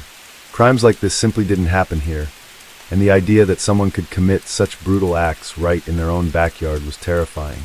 People locked their doors, watched their streets more closely, and whispered in hushed voices about what had happened. But then, investigators caught a break. A neighbor recalled seeing a suspicious car lingering around the area the day before the murders. It was described as a light blue, four-door Plymouth, old, dented, and in poor condition. In a well-maintained neighborhood where unfamiliar cars stood out, this vehicle immediately seemed out of place. Police wasted no time in reaching out to nearby law enforcement agencies, asking for any reports of burglaries in the area, specifically those involving taped windows. Almost immediately, detectives came forward with a lead, two names that had repeatedly surfaced in connection with similar crimes. Richard Milligan and Donald Wallace Jr. were well-known associates with extensive criminal records. Both were habitual drug users who frequently resorted to breaking into homes to fund their addictions. Their history of burglary made them prime suspects in the Gilligan case. As investigators dug deeper, they uncovered a key piece of information. Richard Milligan was known to own a blue Plymouth, the same car a neighbor had seen near the crime scene. Determined to track him down, Police set up surveillance at his last known address, hoping the vehicle would eventually turn up. Hours passed as officers remained on high alert, watching and waiting. Then their patience paid off. The blue Plymouth finally pulled up, and police wasted no time moving in. However, when they approached the vehicle, they were met with an unexpected twist. The driver was neither Richard Milligan nor Donald Wallace Jr. Instead, it was a woman. The woman identified herself as Debbie Durham and explained that Richard had let her borrow the car. As police questioned her, they conducted a search of the vehicle, and what they found only deepened their suspicions. Inside, they uncovered a gun along with various stolen items that had been reported missing from the Hendricks home. This immediately tied the car, and by extension Debbie, to at least one of the burglaries in the area. She was promptly arrested and taken to the station for further questioning about Richard's whereabouts. While investigators weren't entirely convinced that Debbie was responsible for the crime, they also couldn't rule her out. At the very least, she was their strongest link to Richard Milligan. Under interrogation, Debbie insisted she had nothing to do with the Gilligan family murders. In fact, she claimed that Richard couldn't have been involved either, because he was already in jail at the time of the killings. This revelation changed everything. If Richard was locked up, that left only one other suspect, Donald Wallace Jr. Now, Donald Wallace Jr. was no ordinary criminal. Recently released from prison, he was the boyfriend of Debbie Durham and had a reputation that set him apart from the average crook. With an intelligence quotient of 130, Donald was known to use his intelligence to his advantage, manipulating situations to benefit himself. But despite his sharp mind, his life was defined by instability, crime, and a deep sense of resentment. His troubled childhood played a significant role in shaping the man he became. Born to teenage parents who divorced when he was just 5, Donald described his upbringing as loveless and insecure. After his mother left him in the care of his father, who showed little interest in raising him, his downward spiral began. By the age of 11, he was living at the Evansville Psychiatric Children's Center, the first of many institutions he would pass through over the next 10 years. At just 14, he was already deeply involved in crime, bouncing in and out of juvenile detention. There, he quickly learned that violence earned him respect, a lesson he would carry with him into adulthood. Before the Gilligan murders, Donald was mostly a petty criminal, committing burglaries to support his drug addiction. At first, Debbie was unwilling to provide any information about Donald. However, when police showed her the crime scene photos, her disbelief quickly turned to shock. She couldn't fathom that he was capable of such horrific actions, and that's when she finally started talking. Unfortunately, she had no idea where he was. The last time she saw him was the night before when he stopped by her mother's house. With this lead, investigators went to question Debbie's mother. She confirmed that between 7 and 9 in the evening, Donald had arrived in a blue car. According to her, he was acting erratically, carrying a jacket draped over his shoulder. Once inside, he laid out an assortment of items for Debbie to see, several guns, including a .38 caliber on his hip, the same caliber used in the murders, along with stacks of money, various pieces of jewelry, and miscellaneous valuables, including a camera. These items were later linked to the burglaries at both the Hendricks and Gilligan homes. Shockingly, Donald had Debbie's brother take pictures of him posing with the stolen items, eager to flaunt his crimes to his friends. But his actions didn't stop there. Debbie's sister recalled that after his impromptu photo session, Donald went outside and started a fire. When the family stepped out to investigate, they saw him burning a series of items, including the very jacket he had carried in earlier. A neighbor also reported seeing a man with shoulder-length hair standing by the fire. Acting on this information, an officer searched the area and discovered remnants of the burned jacket. Beneath the charred fabric, he found something even more incriminating, a set of wedding rings with missing stones and several pieces of glass, further tying Donald Wallace Jr. to the brutal crime spree. Debbie also handed over several items belonging to Donald, a pair of jeans, a ring, and a glove. The jeans were the same ones he had worn on the night of the Gilligan murders. When tested by a serologist, the fabric revealed traces of type AB human blood. This was damning evidence because Donald's blood type was O, while Teresa Gilligan and one of her children had type AB. The ring Debbie surrendered was another key piece of evidence. Donald had claimed it came from a jeweler, but in reality, it belonged to Teresa Gilligan. Teresa's mother identified it immediately, and further confirmation came from a jeweler who had resized the ring. The jeweler had kept a record of all the pieces his shop worked on, including photographs, proving without a doubt that the ring was Teresa's. The glove Debbie provided was also tested and found to be stained with type B blood, the same blood type as Patrick Gilligan. With this overwhelming stack of evidence, it was clear that Donald Wallace Jr. was responsible for the brutal killings. An area-wide manhunt was launched, with Donald's name and face plastered all over the news. An arrest warrant is out for 30-year-old Donald Ray Wallace of Evansville. This warrant is on charges of burglary, but the group told the news media that Wallace may be believed to have participated in the quadruple murder that took place this morning. For a full day, police searched relentlessly. Then, on January 15th, they received a tip that he had been spotted in Newburgh, Indiana, where he was hiding out with friends. However, by the time police arrived, Donald had already vanished. His friends confirmed that he had been there but had left, supposedly on a mission to find Debbie. According to them, Donald was well aware that he was a wanted man and needed to confirm whether Debbie had been arrested. Beyond that, no one knew his current whereabouts, and there was a growing sense of fear. With his violent past and the severity of his crimes, everyone understood just how dangerous Donald Wallace Jr. truly was. After a long and exhausting day of chasing false leads, the police were preparing to leave the office on the night of January 15th, when the phone rang once more. This time, it was a local coach named Bob Ashworth. Bob explained that he had been out walking his dog when he noticed a suspicious figure climbing up into the attic of a nearby house. Given the number of misleading tips they had already received that day, the officers were skeptical. However, something about Bob's tone convinced them to check it out. Upon arriving at the location, they met with Bob, who pointed out the house in question. The officers knocked on the door, and an elderly woman answered. She seemed surprised, but listened attentively as they explained the situation. She insisted that she had been home all day and was certain no one had entered her attic. Still, she welcomed them inside and granted them permission to check. The officers called up into the attic, but there was no response. As they cautiously climbed the stairs, one of them chambered a round into their shotgun.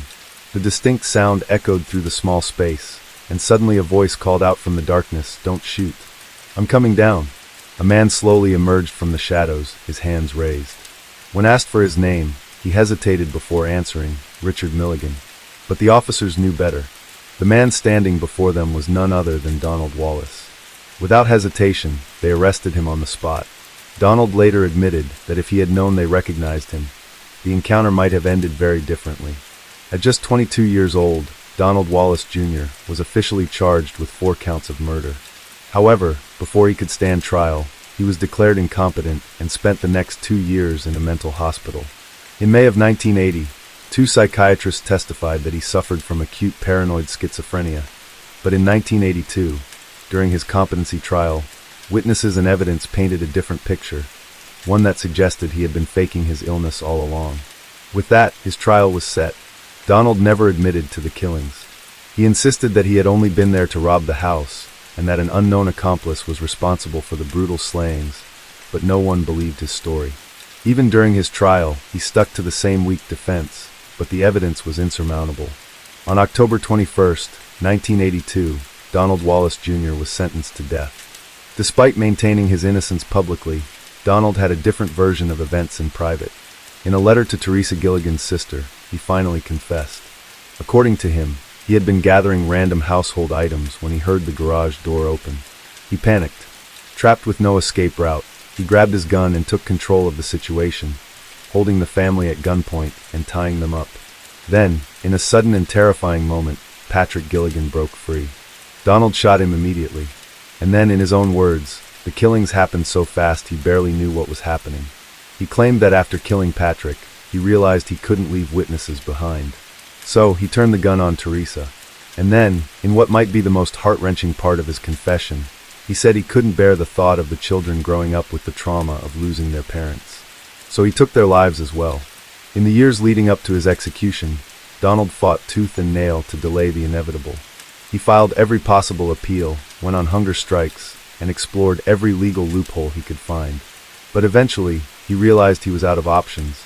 Just days before his execution, he publicly admitted to the murders, something he had avoided doing for over 2 decades. In a series of letters, he expressed remorse. He wrote that he was no longer the deranged dope fiend he once was, claiming that at the time, he had no moral compass and no real sense of what he had done. He wanted the world to know that he was sorry, that if he could take it back, he would. But he knew that was impossible. Donald's lawyer had planned to submit a 48-page clemency request in a last-ditch effort to save his life. But in his final days, Donald refused.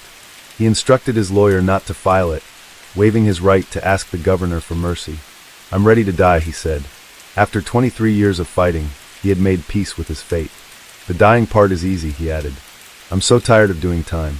On March 9, 2005, at the Indiana State Prison, Donald Wallace Jr. had his last meal: steak, baked potato soup, and chocolate truffle cake.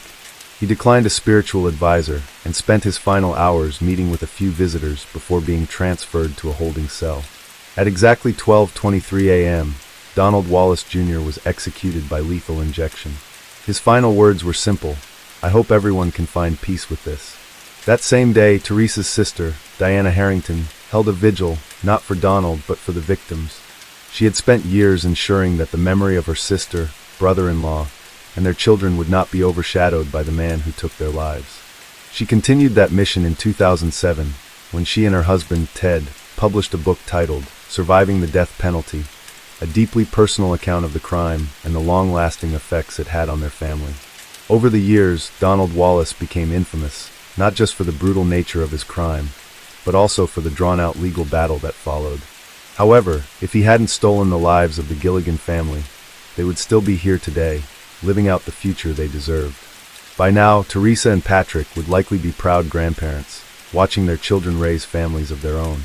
Their kids would have grown into adults, building lives filled with love, memories, and milestones. But instead, their story was cut short in the most tragic way imaginable. And while Donald Wallace is no longer alive, his execution could never truly erase the pain left behind that night, the pain of a family torn apart, the grief of those who loved them, and the lasting impact of such a senseless crime. Case 5. In the early 1980s, Keddie wasn't much more than a former railroad town trying to stay afloat. It was small, isolated, and for the most part, peaceful. For 36-year-old Glenna Sue Sharp, this remote town seemed like the perfect place to rebuild. She had recently left her troubled marriage behind, seeking a fresh start for herself and her 5 children. Though money was tight, Sue was determined to give her kids a better life. They moved into Cabin 28, a modest rental in the Keddie Resort, where other struggling families had also made their home. By all accounts, the Sharps were a normal family. The kids made friends, Sue worked hard to make ends meet, and life in Keddie carried on as usual. But on the night of April 11, 1981, something truly unthinkable happened. By morning, Cabin 28 would become a house of horrors. 3 people were found brutally killed inside. Blood was smeared across the floors and walls. The crime scene so grotesque and violent that even seasoned investigators were left shaken. To make matters worse, 1 child was missing, vanished without a trace. What happened in Cabin 28 was more than just a crime. It was an act of pure savagery, a night of unimaginable terror that still haunts this small town to this day. In 1979, Glenna Sue Sharp packed up what little she had and set out for a new life. With 5 children in tow, she left Connecticut behind, determined to escape a troubled marriage that had drained her for years. Her husband, James Sharp, was a military man, strict, sometimes controlling, and increasingly volatile. Their marriage had been marked by tension, and Sue had finally had enough. She wanted something better for her children, even if that meant starting from scratch with barely any financial support. Her journey led her across the country, eventually settling in Keddie, California, a tiny, secluded town nestled in the Sierra Nevada mountains. Keddie had once been a thriving railroad resort, but by 1981, it had become a modest, quiet community, offering affordable housing for struggling families. To Sue, it seemed like the perfect place to start fresh. She moved her children into Cabin 28, a small, unassuming wooden structure with peeling paint and creaky floors. It wasn't much, but it was theirs. Sue did her best to create a warm home despite the hardships. She was a devoted mother, strong, resourceful, and fiercely protective. Raising 5 children alone wasn't easy, but she managed. She stretched every dollar, took odd jobs, and received assistance from the government when necessary. Her children, John, 15, Sheila, 14, Tina, 12, Rick, 10, and Greg, 5, were adjusting to life in Keddie. John Sharp, the eldest son, was a typical teenager, sometimes rebellious, but deeply caring toward his siblings. He looked out for his younger brothers, often stepping in as a father figure. Sheila, the oldest daughter, was responsible and mature beyond her years, helping her mother with household chores and watching over her siblings. Tina, at 12, was quiet and shy, but had a creative side. Rick and Greg, the youngest, were still too young to fully grasp the struggles their mother faced, but they loved their new home and the adventures that came with living in the woods. Despite their financial struggles, the Sharps were a tight-knit family, doing their best to build a life in Keddy. The kids made friends in the neighborhood, and Sue had even grown close to some of the other local parents. But beneath the surface, there were warning signs, small, unsettling moments that hinted at something dark approaching. Sue had been receiving unwanted attention from certain men in town, particularly from Martin Smart, a local man with a violent past. He made her uncomfortable, but she brushed it off. After all, she had dealt with worse before. She wasn't the type to let fear control her, but the walls of Cabin 28 would soon witness something far worse than financial hardship or unwanted advances. On the night of April 11, 1981, the Sharps went about their evening as usual, completely unaware that their home was about to become the scene of one of the most brutal and perplexing crimes in American history. At 7:45 a.m., Sheila Sharp, the eldest daughter, returned home after spending the night at a friend's house. She had no reason to expect anything unusual. In fact, she had been looking forward to a quiet morning, maybe even sneaking in a little extra sleep. But as she pushed open the front door, her world came to a screeching halt. The scene before her was something ripped straight from a nightmare. Her mother, Sue Sharp, lay sprawled on the floor of the small living room, her lifeless body covered in blood. Nearby, her brother, John Sharp, just 15 years old, had been killed in a similarly brutal fashion. His best friend, Dana Wingate, 17, lay next to him, equally unrecognizable from the sheer savagery of the attack, and began putting together the details of a grisly crime. Murdered in this cabin were a young mother, Glenda Sue Sharp, her 15-year-old son, John, and a neighbor, 17-year-old Dana Wingate.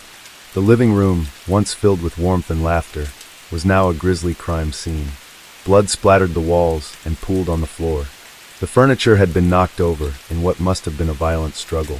The air was thick with the metallic scent of blood, and the silence that hung over the cabin was suffocating. Sheila's breath caught in her throat. She wanted to scream, but the shock had taken hold of her body, rendering her frozen. Her eyes darted across the room, scanning the horror before her, trying to make sense of it. Sue Sharp's body was found near the couch, bound with electrical tape and medical tape. She had been gagged with a blue bandana and her own underwear, secured tightly with tape. Her throat had been slashed, nearly to the point of decapitation. Deep stab wounds covered her chest and body. A claw hammer had been used to bludgeon her face beyond recognition. John had suffered a similar fate, stab wounds, blunt force trauma. His body showed signs of a struggle, evidence that he had fought back, but against what? Against who? Dana Wingate, the outsider among them, had also been bound and beaten. His injuries were severe. He had been strangled, possibly with a cord, and his head had been bashed in with such force that it left behind gruesome imprints of the crime weapon. It was then that Sheila noticed something equally disturbing. The back bedroom door creaked open. Inside, her younger brothers, Rick, 10, and Greg, 5, along with their friend Justin Smart, 12, were alive, completely unharmed. The boys had slept through the entire ordeal, unaware that just feet away, their mother and older brother had been brutally slaughtered. But there was one person missing, Tina Sharp, who was just 12 years old. She wasn't among the bodies in the living room, nor was she in the bedroom with the younger boys. The only sign of her was an odd, empty space in the cabin, as if something or someone had been taken. Panic set in. Sheila turned and ran, sprinting to the neighbor's cabin for help. What followed was a small-town tragedy unfolding in real time. The sheriff's department was called. Neighbors began gathering outside, and within minutes, the quiet town of Keddy was plunged into chaos. The moment deputies from the Plumas County Sheriff's Office stepped inside Cabin 28, they were struck by the overpowering stench of blood. The small, dimly lit living room had been transformed into a grotesque slaughterhouse. The bodies of Sue Sharp, John Sharp, and Dana Wingate lay lifeless, bound with medical tape and electrical cords. The brutality was beyond comprehension. This wasn't just a crime scene. It was a statement. Investigators noted blood spatter on the walls, the floor, and even the ceiling. The sheer amount of force used suggested a sustained attack, one that lasted minutes, if not longer. One of the knives was bent at a disturbing 90-degree angle, a clear sign that whoever wielded it had stabbed with such force that the blade gave out before they did. Sue's lifeless body was positioned on her side, her hands bound tightly with medical tape. Blood had soaked through her clothing, forming a dark, ominous pool beneath her. But there was something even more unsettling. She had been partially undressed, suggesting the possibility of a sexual component to the crime. Despite this, there was no definitive evidence of sexual assault. John and Dana, meanwhile, lay side by side, their bodies mutilated beyond recognition. Dana's head was caved in, likely from repeated blows with the claw hammer. John's throat had been slashed so deeply that it nearly severed his windpipe. And yet, through all this horror, the most haunting mystery remained. Why had Tina Sharp vanished? Detectives quickly realized that the scene inside cabin 28 defied logic. The level of violence, precision, and sadistic overkill was unlike anything they had encountered before. But then a chilling detail emerged. The bindings on the victims suggested multiple attackers. The knots were inconsistent, some neatly tied, others sloppy and rushed. It was as if different people had restrained them at different times, each with varying levels of skill. Forensics painted a grisly picture of what may have happened that night. Blood spatter analysis indicated that John and Dana had been killed near the front door, their bodies later dragged to where they were found.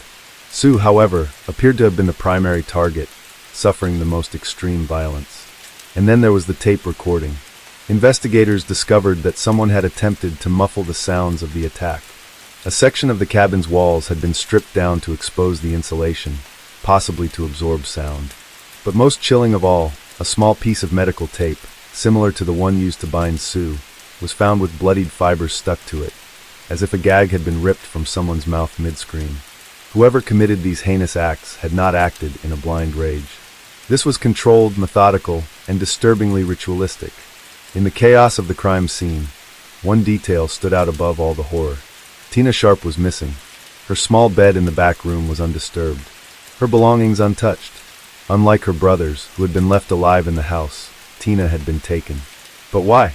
The timeline of events became even more twisted when neighbors reported hearing muffled screams around 1:30 a.m., yet no one called the police. Was it fear, apathy, or had the killers ensured no one would intervene? In the days that followed, search efforts focused on finding Tina. Helicopters scoured the forests. Volunteers combed the nearby roads, creeks, and abandoned train cars. Police even considered the possibility of a ransom demand, but none came. Tina had disappeared without a trace. Forensic evidence hinted that she had been alive when she left the cabin, but for how long? And what had her abductors intended for her? The weeks turned to months, then years, until finally, in 1984, investigators received the call that shattered any lingering hope. A skull fragment, along with a decayed blouse, had been found 100 miles away in the Feather Falls area. Dental records confirmed what investigators had feared. It was Tina. Her remains had been left exposed to the elements, her body dumped like an afterthought. But there was one final, terrifying clue. Not far from where Tina's bones were found, a tiny strip of medical tape lay buried in the dirt, the same kind used to bind Sue Sharp. Tina had been kept alive for an unknown amount of time after the murders, then disposed of when she was no longer needed. But needed for what? Despite the brutality of the crime, no one in Keddy seemed willing to talk. Witness statements were inconsistent, leads vanished, and possible suspects either evaded questioning or provided alibis that felt too convenient. Rumors swirled about the involvement of locals, people who had lived in Keddy before and after the killings, blending seamlessly into the small-town fabric. The two primary suspects were Martin Smart, Justin's stepfather, and his friend, Bo Boobed, both of whom had been at the local bar the night of the murders. Martin had a history of domestic violence, and just days after the crime, his wife filed for divorce, citing fear for her life. Even more chilling, he had allegedly told his therapist he had killed Sue Sharp, yet no arrest was ever made. Then there was the mysterious call. In 1984, when Tina's remains were discovered, an anonymous caller contacted the police and gave them the location before the news had been made public. How had they known? More importantly, why did no one follow up on the call? The case lingered in limbo, an open wound in the town of Keddy. Evidence was misplaced, records were lost, and key witnesses faded into obscurity. For decades, it seemed like the truth of what happened inside Cabin 28 would die with time. Among the gruesome details of the Keddy murders, two objects stood out as silent witnesses to the crime. a claw hammer, and a steak knife bent at an almost 90-degree angle. These weren't just crime weapons. They were symbols of the sheer brutality inflicted on the victims. But even more chilling, one of them disappeared for decades. When investigators first processed the crime scene, they noted that a claw hammer had been used to bludgeon the victims. However, one hammer that should have been there, a distinctive blue-handled hammer known to belong to Marty Smart, was missing. Marty himself even made an odd statement to police, claiming that his hammer had been stolen before the killings. This strange detail would only gain significance years later. A break tonight in a 35-year-old murder mystery. Investigators believe that they have found one of the weapons used in the so-called Ketty Cabin murders. CBS 13's Tony Lopez has the dramatic developments in this decades-old case. In 2016, more than 3 decades after the crime, a man scavenging in a dried-up pond just a few miles from Cabin 28 stumbled upon a rusted hammer. It was the same make and model as the one missing from the crime scene. Investigators immediately suspected that it had been deliberately thrown into the water to hide evidence. But with so much time passed, any forensic traces of blood or DNA were long gone. Another eerie detail was the steak knife found at the scene. It had been used with such force that it was bent nearly 90 degrees. This suggested one of two things. The killer was stabbing with uncontrollable rage, exerting more force than necessary. The victim fought back fiercely, causing the knife to bend in the struggle. Either way, this was not the work of someone who simply wanted to kill and escape. This was personal, sadistic, and prolonged. Adding to the mystery, another knife, potentially an even deadlier blade, was never found. Some investigators believe it was taken from the scene by the killer as a trophy or to further cover up evidence. As investigators pieced together the gruesome crime scene at Cabin 28, one question loomed over everything. Who could have committed such an unspeakable act? There were no signs of forced entry, and nothing valuable had been taken, which meant this was not a random break-in or robbery gone wrong. The sheer brutality and overkill suggested deep personal rage, and whoever carried out the act of killing wanted the victims to suffer. But why? And why was Tina Sharp missing? In the weeks that followed, investigators interviewed locals, neighbors, and family members in search of anyone with a motive. Very quickly, they honed in on 2 men, Marty Smart and John Bo Babade. The men suspected in the murders, Bo Babade, who together with the other prime suspect, Marty Smart, are now deceased. Marty Smart lived just a few cabins away from the Sharps and was known for his violent temper. He had a reputation for abusing his wife, Marilyn, and often clashed with Sue Sharp. Sue had reportedly been counseling Marilyn, urging her to leave Marty, which could have made him resentful. Marilyn later revealed that Marty despised Sue, calling her a bitch and blaming her for interfering in his marriage. On the night of the murders, Marty and his friend, Bo Babade, had been at the local bar. Marty's wife later stated that he came home that night with strange behavior, burning a pair of blood-stained shoes in their fireplace. Even more suspicious was a later confession Marty allegedly made to his therapist, where he admitted to killing Sue Sharp, but claimed he had nothing to do with the children. However, despite this chilling statement, law enforcement took no immediate action. John Bo Babade was a former Chicago mobster with a shady past. He had arrived in Ketty shortly before the crime was committed and was living with Marty Smart. The two had an odd friendship, with Bo frequently egging Marty on when he was angry. Bo had no known connection to the Sharp family, which made his involvement less obvious. But his criminal background and close relationship with Marty made him a strong suspect. However, no solid evidence ever linked Bo to the crime, and he later left town without a trace. Despite these strong leads, the investigation quickly fell apart. Key pieces of evidence mysteriously vanished. The tape recordings of Marty's confession gone. Crime scene photos disappeared from police records. No fingerprints, no DNA analysis, nothing that could definitely tie a suspect to the crime. Many locals believed there was a cover-up. It was rumored that Marty Smart had connections to law enforcement, which might explain why he was never charged even after his confession. Years later, new investigators reviewed the case and found that crucial witness statements had been ignored. There were rumors that Tina Sharp had been taken as a living target, possibly for human trafficking or ritualistic purposes, but nothing was proven. No one was ever convicted for the Ketty murders. Marty Smart died in 2006, taking whatever secrets he had to the grave. Bo Babade died in 1988 without ever facing trial. The case remains officially unsolved, though new evidence continues to emerge. In 2016, investigators found a hammer in a dried-up pond that matched the murder weapon missing from the crime scene.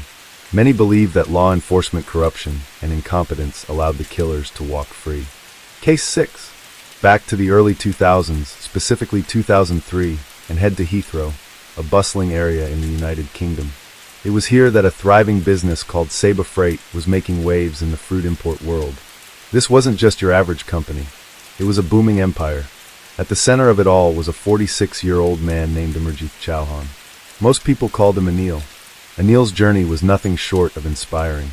He was born in India but moved to the UK in his early 20s with big dreams of building a better life. And let me tell you, he absolutely crushed it. He worked hard, climbed the ladder of success, and eventually became the proud owner of Saba Freight, a business worth millions. But life wasn't just about business for Anil. He had a beautiful family that he adored. Anil was married to Nancy, a stunning woman who was 20 years younger than him. Together, they had 2 little boys, Devinder and Ravinder. Their home was full of love and laughter. Nancy's mother also lived with them, partly to keep Nancy company, and partly to help out since Nancy had just given birth to their second son, Ravinder. Now, this family of 5 had everything you could ask for: love, success, and a bright future ahead of them. You could see how happy they were in the video footage shown in the intro. Smiles all around, kids playing, and a couple deeply in love. Life seemed picture perfect. But even with all this success, Nancy had one thing on her mind: home. She missed India deeply. The culture, the familiarity, the memories, it all pulled at her heart. She often brought it up with Anil, telling him how much she wanted to move back. She believed India's education system was better for their boys, and felt they could build an even happier life there. So, she wanted Anil to sell the business and start fresh in their homeland. Anil, on the other hand, wasn't one to rush big decisions like that, especially when it came to the business he had poured his heart and soul into. Now, if you ask anyone who worked for Anil, they'd tell you he was the kind of boss everyone wanted. He was known for being kind-hearted, generous, and laid back. In interviews with his team, they spoke warmly about how approachable he was. But like everyone, Anil had a past.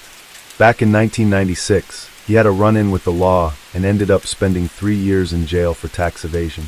It was a tough time, but instead of letting it define him, he used it as motivation to turn his life around. Once he was out, he poured all his energy into rebuilding his career and creating the successful empire that Saba Freight had become by the early 2000s. Fast forward to 2003, and this is where things take an interesting turn. A man named Kenneth Reagan showed up, applying for a position at Anil's company. However, Kenneth wasn't your average job applicant. He was an ex-convict with a history of smuggling drugs. At first, Anil was hesitant about hiring him, but then he thought about his own past. If he could thrive after a rough patch, why not give Kenneth the same chance? So Anil decided to hire Kenneth, giving him a fresh start as a driver. At first, everything seemed fine. Kenneth blended in with the team, and the other employees noticed nothing out of the ordinary. It was business as usual at Saba Freight. However, around this time, Anil was seriously considering Nancy's wish to move back to India. He had been mulling over the idea of selling the business, and then, as if on cue, Kenneth came in with some interesting news. Kenneth claimed he knew someone who was willing to buy the company, and not just buy it, but pay £3 million in cash. Naturally, this offer piqued Anil's interest. It seemed like the perfect opportunity to fulfill his wife's dream of returning to their homeland, while also making a hefty sum from the sale of his business. So, on a seemingly ordinary day, February 13, 2003, Anil left his office, supposedly heading to Wiltshire to meet with this mysterious buyer. The deal sounded promising, but here's the strange part. He didn't tell anyone exactly where he was going, or even share the name of the person he was planning to meet. It was as if he trusted Kenneth's word without question, eager to explore what seemed like the perfect solution to his family's plans. But then, Anil didn't return that evening. It was as though he had simply vanished into thin air. Nancy was starting to feel more and more anxious as the night went on. She had called the company, hoping to find some clue about Anil's whereabouts, but as expected, no one had seen him. Just as she was about to panic, her phone buzzed. It was a voice message from Anil. In the message, he told her not to worry, that he was fine, and that he couldn't make it home that night. He promised he would be back the following day, but something about it didn't sit right with Nancy. This wasn't how Anil normally communicated. She and her husband always spoke to each other in Punjabi, but the message she just received? It was in English. "Hello Nancy, don't panic. I'm okay. I'll be back tomorrow." The words sounded like Anil, but they didn't sound like him. That's when she decided to call her brother Unkar, who lived miles away in New Zealand. Unkar was a journalist, and though he hadn't seen Nancy or their mother in nearly 9 years, they still spoke almost every day. She trusted him completely and needed someone to talk to. But that call with Unkar would turn out to be the last time he ever heard from his sister.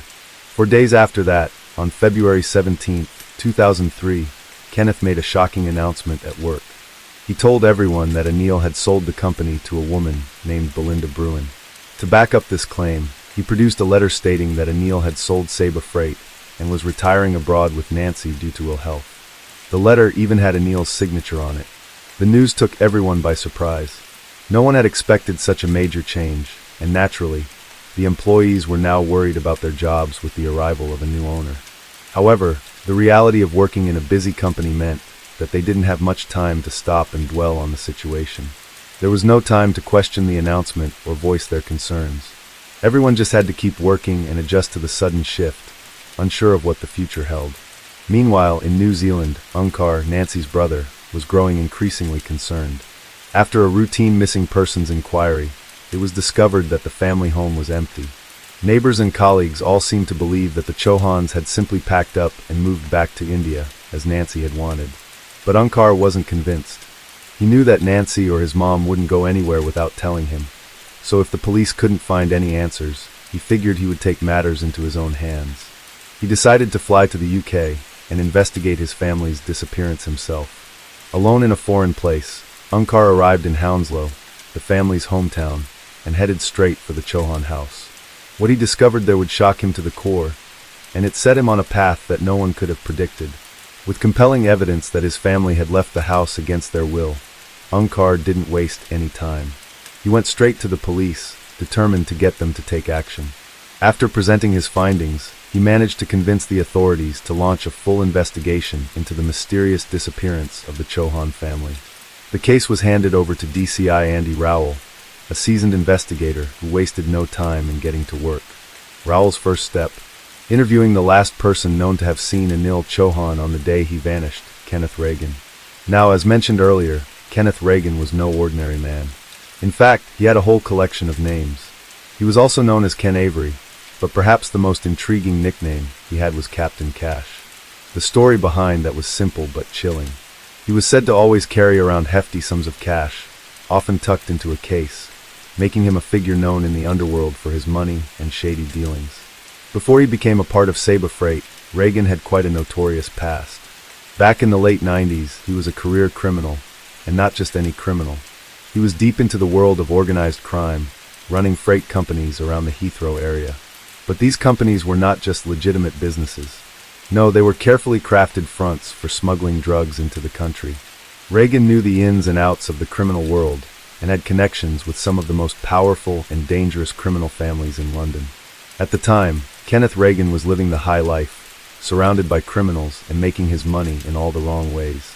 He was enjoying the luxuries of his illegal activities, flashy clothes, expensive watches, and always rolling with a crowd of shady figures.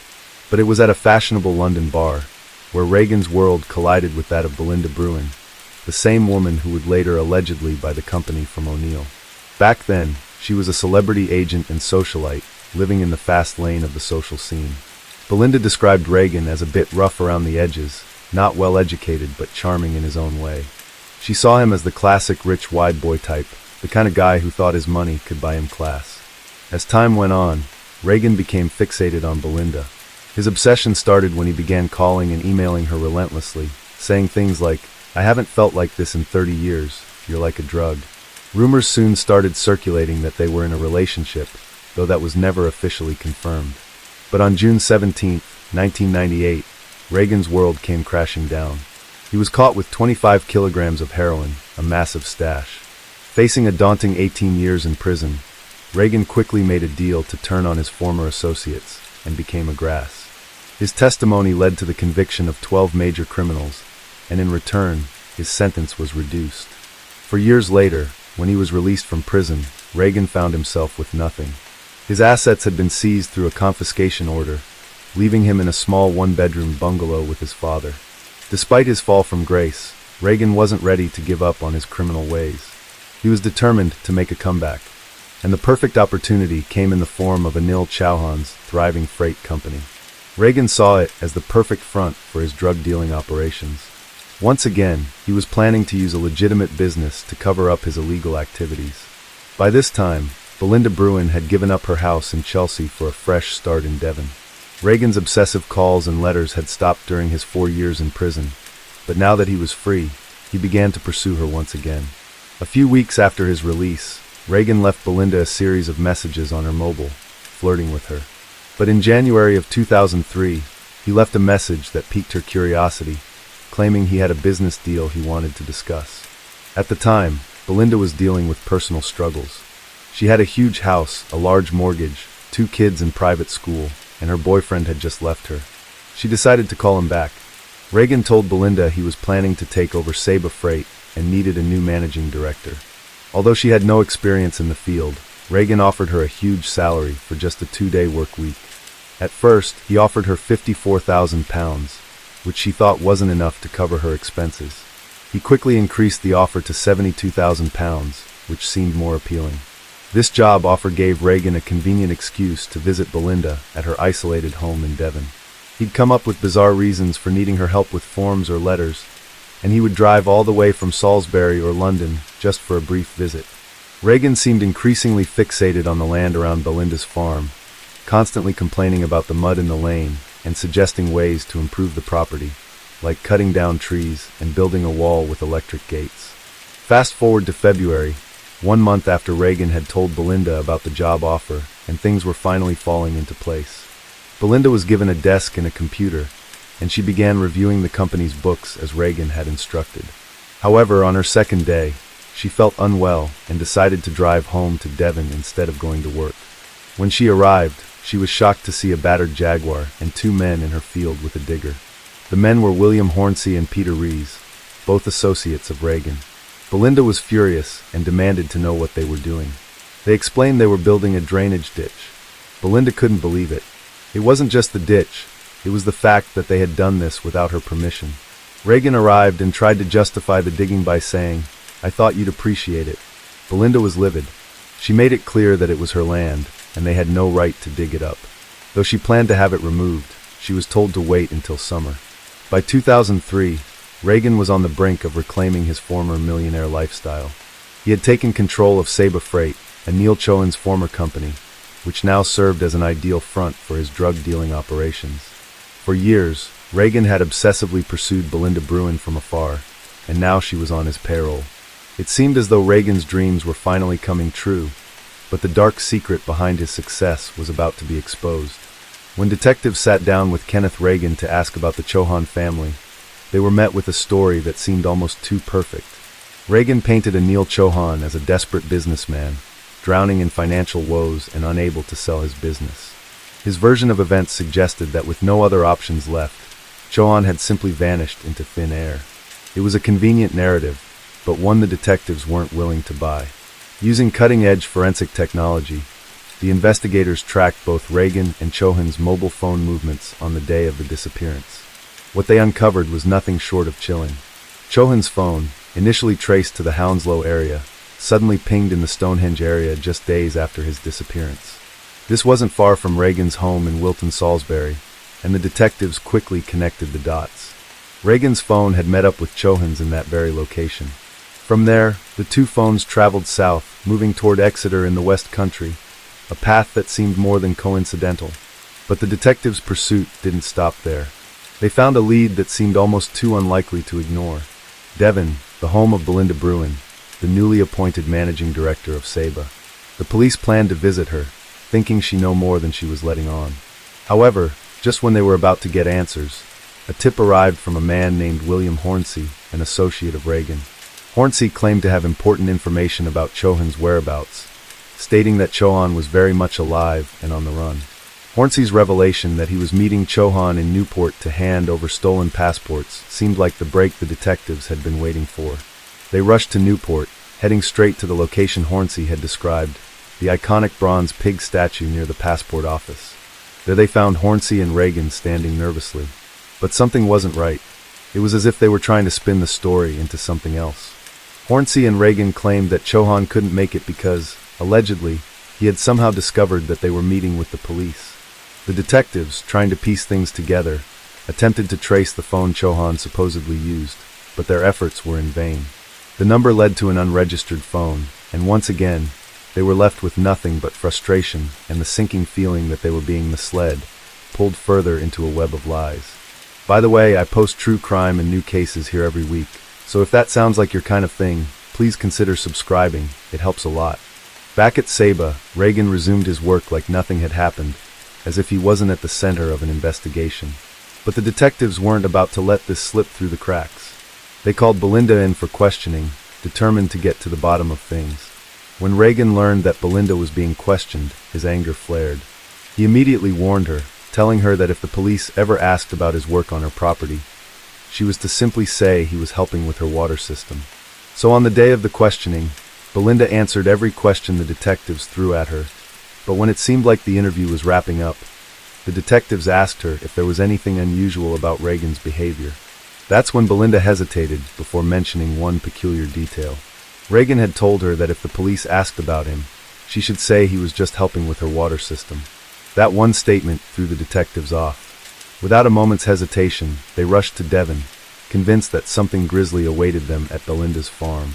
They meticulously excavated the dig site where Reagan had been working, conducting an exhaustive forensic search. Forensic archaeologists and pathologists worked tirelessly, but after 5 long days of digging, no bodies were uncovered. At this point, it seemed like they were hitting a dead end. No physical evidence tied Reagan to any crime, and the case was on the verge of becoming a cold one. That is, until April of 2003, when a father and son duo decided to go on a leisurely evening paddle near Bournemouth Pier. As they glided through the water, something caught their eye. A bloated, lifeless body floating just beneath the surface. The body was unnervingly large and bloated, the feet floating above the water while the torso and face were submerged. The son immediately called emergency services, unable to shake the sight of the floating corpse. For nearly 3 long hours, the father stayed there, making sure the body would be found and the situation wouldn't go unnoticed. In an interview, he later recalled how that moment gave him absolute chills through his spine. The body was taken to a mortuary in Bournemouth, but it would be nearly a week before the authorities could confirm the unthinkable. It was indeed Anil Chowan, the missing businessman. But the truth was far more chilling than anyone had imagined. An autopsy revealed a horrifying sequence of events. Anil had suffered blunt force trauma to the back of his head, a brutal blow that had left him unconscious. But it didn't end there. Packing tape had been wrapped tightly around his mouth, clear evidence of suffocation after the head injury. The forensic experts concluded that the combination of the blow to his head and the suffocation was the likely cause of his tragic death.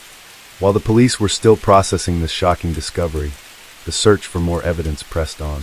This time, investigators were zeroing in on Belinda Bruin's farm in Devon, hoping to find something that would link all the pieces together. And they did. As they dug deeper, they uncovered burnt clothes, jewelry, and even some hairs buried in the soil, clues that pointed to a burial site on Belinda's land. After forensic testing, it was confirmed. The hairs belonged to Anil Chowan, and it became clear he had been murdered, buried at the farm, dug up later, and dumped into the sea near Bournemouth. The size of the excavation site raised even more questions. If they were just trying to hide one body, why dig such a large area? The detectives uncovered more clues, including jewelry that seemed to belong to Nancy, Anil's wife, and small poppers from baby clothes. It was a chilling realization. Anil's entire family might have been buried there too. With this new evidence, the investigation shifted gears. The case was upgraded to a Category A murder inquiry, the highest priority level. From then on, Kenneth Reagan was the prime suspect, but both he and his associate, William Hornsey, had mysteriously disappeared. One day, as Belinda was driving home, she noticed something strange. A familiar car parked near her property. Her heart sank when she realized it belonged to Reagan and Hornsey. There was no mistaking it. They were back, and it wasn't a casual visit. These were the same men she believed had dug a mysterious ditch on her land, a ditch she suspected was used to hide bodies. Her instincts screamed that something was off, but she stayed calm. Smiling nervously, she told them she needed to grab something from her shed, and would return in a couple of minutes. The moment she was out of their sight, Belinda bolted to her car, heart racing, and sped off. She called the police immediately, describing the detail. Officers were dispatched to her home, but by the time they arrived, Reagan and Hornsey were gone. Not a single clue was left behind. That was the last time anyone ever saw the two men. But the story didn't end there. Days after the Chowan family had vanished, Belinda remembered something critical. There had been 3 men on her property that day. That meant someone else was still out there, and she was convinced it was Peter Reese. Now on his own, Reese was left to wrestle with the weight of his choices. As the days turned into weeks, guilt began to consume him. He bounced between hostels and boarding houses, always looking over his shoulder, knowing the police were closing in. One evening, while staying at a small boarding house, Reese struck up a conversation with the landlady. In a moment of weakness, he confessed everything. "Have you seen me on TV?" he asked her. When she said no, he unloaded the horrifying truth. He admitted that he was involved in covering up the disappearance and murder of an entire family. Reese insisted he hadn't killed anyone, but he admitted to helping hide the bodies. He even painted a chilling picture of Reagan, calling him a psycho who had personally shot 2 babies. The landlady, shocked and terrified, knew she had to act. As soon as she had the chance, she alerted the authorities. Within 12 days, the police caught up to Reese. He was still on the run, moving from place to place like a shadow.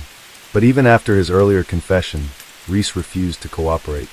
He wouldn't share any details about the murders or reveal where the victims were buried, leaving the authorities with more questions than answers. While the police were interrogating Reese, they received shocking news. A fisherman had discovered a decomposed body floating in the water. The body was so deteriorated that the police hesitated to show it to Unkar, fearing it would be too traumatizing. But Unkar insisted it was his baby sister, Nancy. He couldn't imagine not seeing her one last time, even though this was the first time he'd see her in 9 years. And it was after her death, 2 months after the disappearance, the police finally found Kenneth Reagan hiding in Belgium. They brought him back to England to face justice. Surprisingly, 6 weeks after Reagan's arrest, William Hornsey voluntarily turned himself into the authorities. With Peter Reese already in custody, all 3 suspects were now under police watch. However, none of them cooperated. They stayed silent, refusing to answer questions or share details that could tie them to the crime. Even with all 3 men in custody, the police were still missing something crucial. Nancy's mother and her 2 babies hadn't been found. Without strong evidence, the police couldn't make a solid case for conviction. They needed more clues to ensure justice. That's when they decided to dig into the suspects' phone records, especially on the day Amarjeet met Reagan at Stonehenge. What they found painted a grim picture. The records showed all 3 men traveling south to Salisbury, stopping at an apartment located at 3 Forge Close, the address of Kenneth Reagan's home. The detective who led the investigation pieced together an alarming timeline. During the time Anil Chowan was missing, at least one of the 3 men was always at Reagan's apartment. This led detectives to believe Anil was being held captive there, guarded round the clock to ensure he couldn't escape. It was during this time that the 2 men carried out their cruel plan, abducting the entire family from their home. The police believed that Anil was killed at Reagan's apartment, while Nancy, her mother Chiranjit, and the 2 babies met their tragic end in Hounslow. Despite this horrifying theory, the evidence the police had was purely circumstantial. They had no solid proof linking the suspects directly to the murders, and without it, their case remained shaky. When detectives searched Kenneth Reagan's apartment, they found no signs of a struggle or violence. The place had been meticulously cleaned and redecorated. Reagan had installed new carpets, replaced the couch covers, and made it seem as if nothing sinister had ever happened there. He had wiped away nearly all traces of what could have been crucial evidence. At this point, while the investigation strongly pointed to Reagan and his associates, the jury needed more than just theories and suspicions to convict them. The entire nation was watching the case unfold, gripped by the horror of what had happened to this innocent family. People across the country demanded justice for Anil, Nancy, their 2 young children, and Nancy's mother. Yet, with each passing day, hope seemed to dim as investigators struggled to find that one solid piece of evidence. Just when it seemed like the case might fall apart, a breakthrough came, one that no one could have anticipated. This pivotal moment came from Anil Chowan himself, even in death. When his body was discovered, every item of clothing he was wearing was carefully preserved by forensic investigators. His shirt, pants, and shoes were thoroughly examined, but nothing was found at first. Months passed, and it seemed like the evidence they needed simply wasn't there. Then, 8 months after Anil's body was recovered, investigators took another look at his socks. And that's when they made a startling discovery. Tightly folded and hidden inside his sock was a single piece of paper. It was a letter dated February 12, 2003, the exact day Anil had disappeared. The letter was addressed to Kenneth Reagan at 3 Forge Close, Reagan's home address. Investigators believed that while Anil was being held captive, he realized he wouldn't survive. In his final, desperate moments, he thought of a way to leave behind a clue that would point to his killer. He folded the letter over and over again until it was small enough to hide in his sock, hoping it would remain undiscovered by his captors. The letter survived Anil's burial, the time his body spent in the water, and the months it took for investigators to find it. It was a testament to Anil's incredible courage and determination to seek justice for himself and his family, even when he knew he wouldn't live to see it. With the letter in hand, the case against Reagan, Reese, and Hornsey was solid. No jury could deny their involvement in the horrific murders. The trial began in 2005, 2 years after the crimes. It was one of the longest and most chilling criminal trials in the history of England's Central Criminal Court. The proceedings revealed the depth of Reagan's greed and cruelty, and the lengths he was willing to go to cover his tracks. Peter Reese, who had played a supporting role in the crimes, was sentenced to 23 years in prison. Kenneth Reagan and William Hornsey, the masterminds of the plan, each received 5 consecutive life sentences, ensuring they would never walk free again. Kenneth Reagan and William Hornsey, the masterminds of the plan, each received 5 consecutive life sentences, ensuring they would never walk free again. As the investigation continued, more heartbreaking discoveries were made. The body of Nancy's mother, Chiranjit Kaur, was found off the coast of the Isle of Wight. Like Anil and Nancy, she had been drowned. However, the bodies of the 2 youngest victims, 1-year-old Devinder and 8-week-old Ravinder, were never recovered. Though justice was served in the courtroom, the emotional scars left behind were immeasurable. Onkar, Nancy's brother, carried the weight of grief and unanswered questions. In an interview, Onkar couldn't hold back his tears as he wondered what his family had endured in their final moments, and whether they had held on to hope for rescue. This case remains one of the most horrific crimes ever, with the sheer brutality of it all sending chills down the spine. What makes it even more disturbing is the innocence of the family involved, their lives cruelly taken in such a violent manner. The idea that 2 young children were caught in the middle of this violence is almost too much to comprehend. Case 7. Monday, February 13, 2017. Abigail Williams, 13, and Liberty German, 14, known as Libby, were the type of best friends who did everything together. That Sunday night, they were at Libby's house, excited about a rare Monday off from school. Abby had brought along a box of arts and crafts supplies, and the two spent the evening working on projects in Libby's room and tossing a softball around in the backyard. By Monday afternoon, their creative energy turned into a craving for adventure. The girls came up with a plan to visit a local nature reserve near the Monon High Bridge, a well-known hangout spot in Delphi. They convinced Libby's older sister, Kelsey, to drive them there, and by 1:30 in the afternoon, they were dropped off near the bridge. Now, the area was a mix of rugged beauty and quiet charm, with wooded trails that led to the towering Monon High Bridge.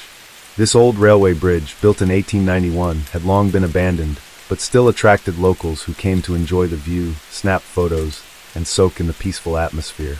It was the perfect spot for two best friends to explore, laugh, and make memories. But what started as a fun adventure that day would soon turn into a nightmare, a tragedy that shook Delphi to its core. At around 2:07 in the afternoon, Libby shared a photo on Snapchat of Abby carefully walking across the old weathered wooden planks of the Monon High Bridge. Now, that photo would turn out to be the last known sign of the two best friends. Later that day, when Libby's dad arrived to pick them up, the girls were nowhere in sight. At first, there was confusion, then growing panic as calls to their phones went unanswered. Libby's dad searched the area, calling their names, but the only response was the quiet of the woods. He reached out to Kelsey, asking if she'd heard from the girls, or if he was in the wrong spot. She hadn't, and he wasn't. By evening, the fear set in. The police were called, and what started as a search by family quickly grew into a massive community effort.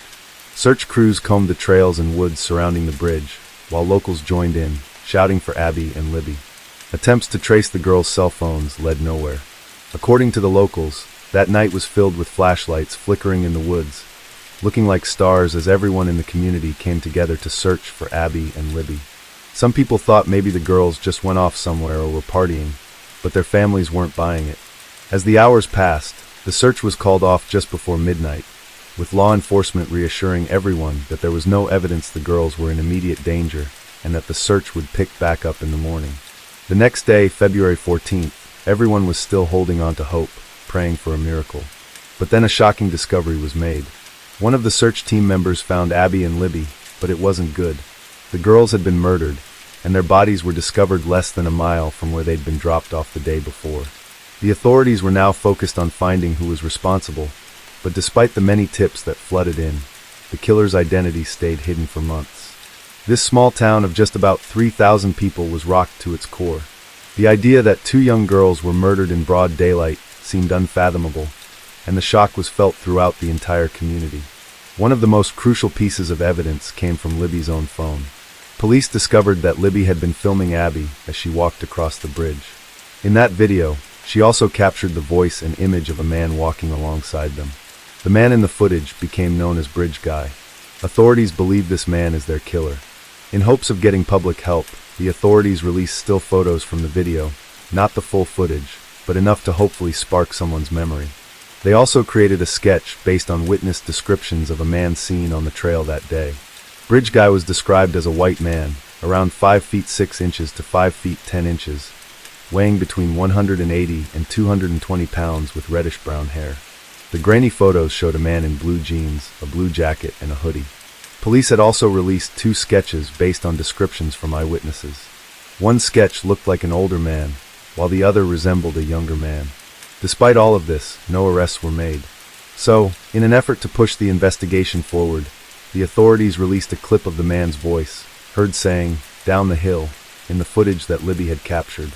This new piece of evidence was meant to stir up public interest and hopefully spark a lead. At the time, the police referred to the video as coming from possible criminal activity, trying to keep the focus on finding the person responsible. Another key detail that investigators shared was that they believed the murderer either lived in Delphi or was familiar with the town. Whether they worked there or had some other connection, the killer had knowledge of the area, and that detail kept everyone on edge, hoping someone would recognize the voice, the face, or the details and help crack the case wide open. In April of 2019, more than 2 years after Libby and Abby were found murdered, law enforcement held another press conference that grabbed everyone's attention. It was during this conference that ISP Superintendent Doug Carter made a direct appeal to the killer, telling him, "I know you're hiding in plain sight." He went on to say, "I believe you have just a little bit of a conscience left, and I can assure you that how you left them in that woods is not what they're experiencing today." By this point, the police had received a lot of tips, and there were quite a few people linked to the case as potential suspects.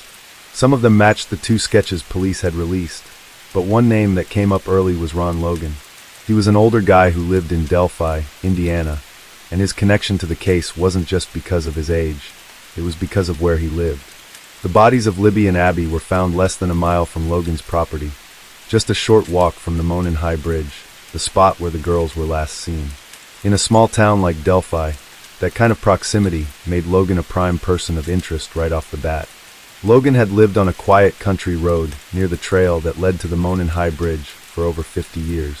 It was a peaceful area where families often walked, so it seemed like the last place something horrible like this could happen. But once the girls' bodies were discovered, that peaceful spot felt much darker and more sinister.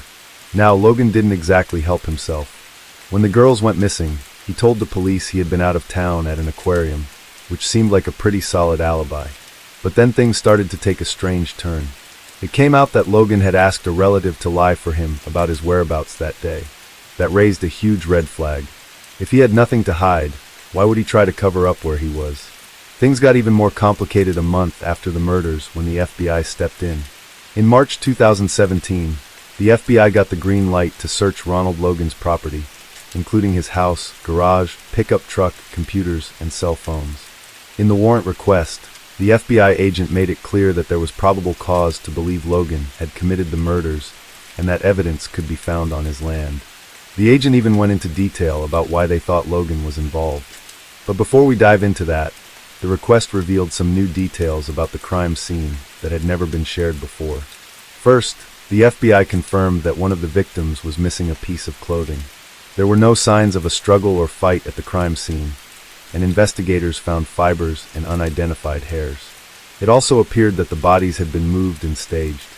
The agent even referenced the infamous video on Libby's phone, confirming that it was 43 seconds long, though up until then, only a few seconds had been released to the public. The footage showed the suspect following the girls on the Monon High Bridge trail, and there were no visible signs of a fight. The search warrant for Logan's property, which was located right next to where the girls' bodies were found, revealed more suspicious details. The FBI agent said Logan had asked a relative to create a fake alibi for the afternoon the girls went missing. On top of that, cell tower data showed Logan's phone was in the area where the girls disappeared, and later that night, it was near where the bodies were eventually discovered. Logan's ex-girlfriends also spoke out, revealing disturbing details about his behavior. Both reported that he had been physically abusive, with one woman stating that Logan had threatened her, saying he could kill her and no one would ever find her body. The agent also mentioned that the victims lost a lot of blood, and it was almost certain that the killer would have gotten blood on their person or clothing. Additionally, 2 pieces of clothing from one of the girls were missing, and it seemed like the bodies had been intentionally moved and staged. The agent speculated that the killer might have taken a souvenir or done something to memorialize the crime scene. As investigators scoured Logan's property, they were hoping to find something that could link him to the murders. Logan, however, continued to insist that he had been in Lafayette, 20 miles away, buying tropical fish, and he didn't return home until 6:30 in the evening. But when police looked into his alibi, they found that his cousin, who was supposedly with him, didn't back up his story. In fact, they couldn't confirm any of Logan's alibi details. Despite the investigation, including extensive searches of his property, nothing concrete was found to directly tie Logan to the murders. He did have a history of legal troubles, including a previous DUI conviction, and as part of his probation, he wasn't allowed to drive. Investigators believed that was why he had asked his relative to lie for him. In a twist, Logan was later arrested for violating his probation, though it was unrelated to the Delphi murders. This gave investigators the chance to search his property again while he was in custody, but once again, no direct evidence was found that linked him to the crime. Suspicions surrounding Logan officially died down when he passed away in 2020 due to COVID-19.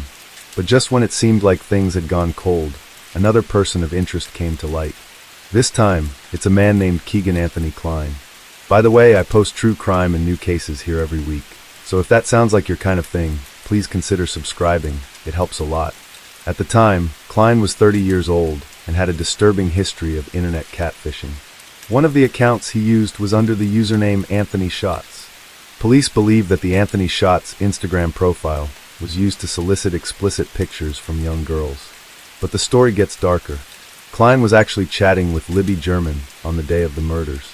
Not only that, but he allegedly told another girl that he was supposed to meet Libby that day. It was hard to ignore the eerie coincidence.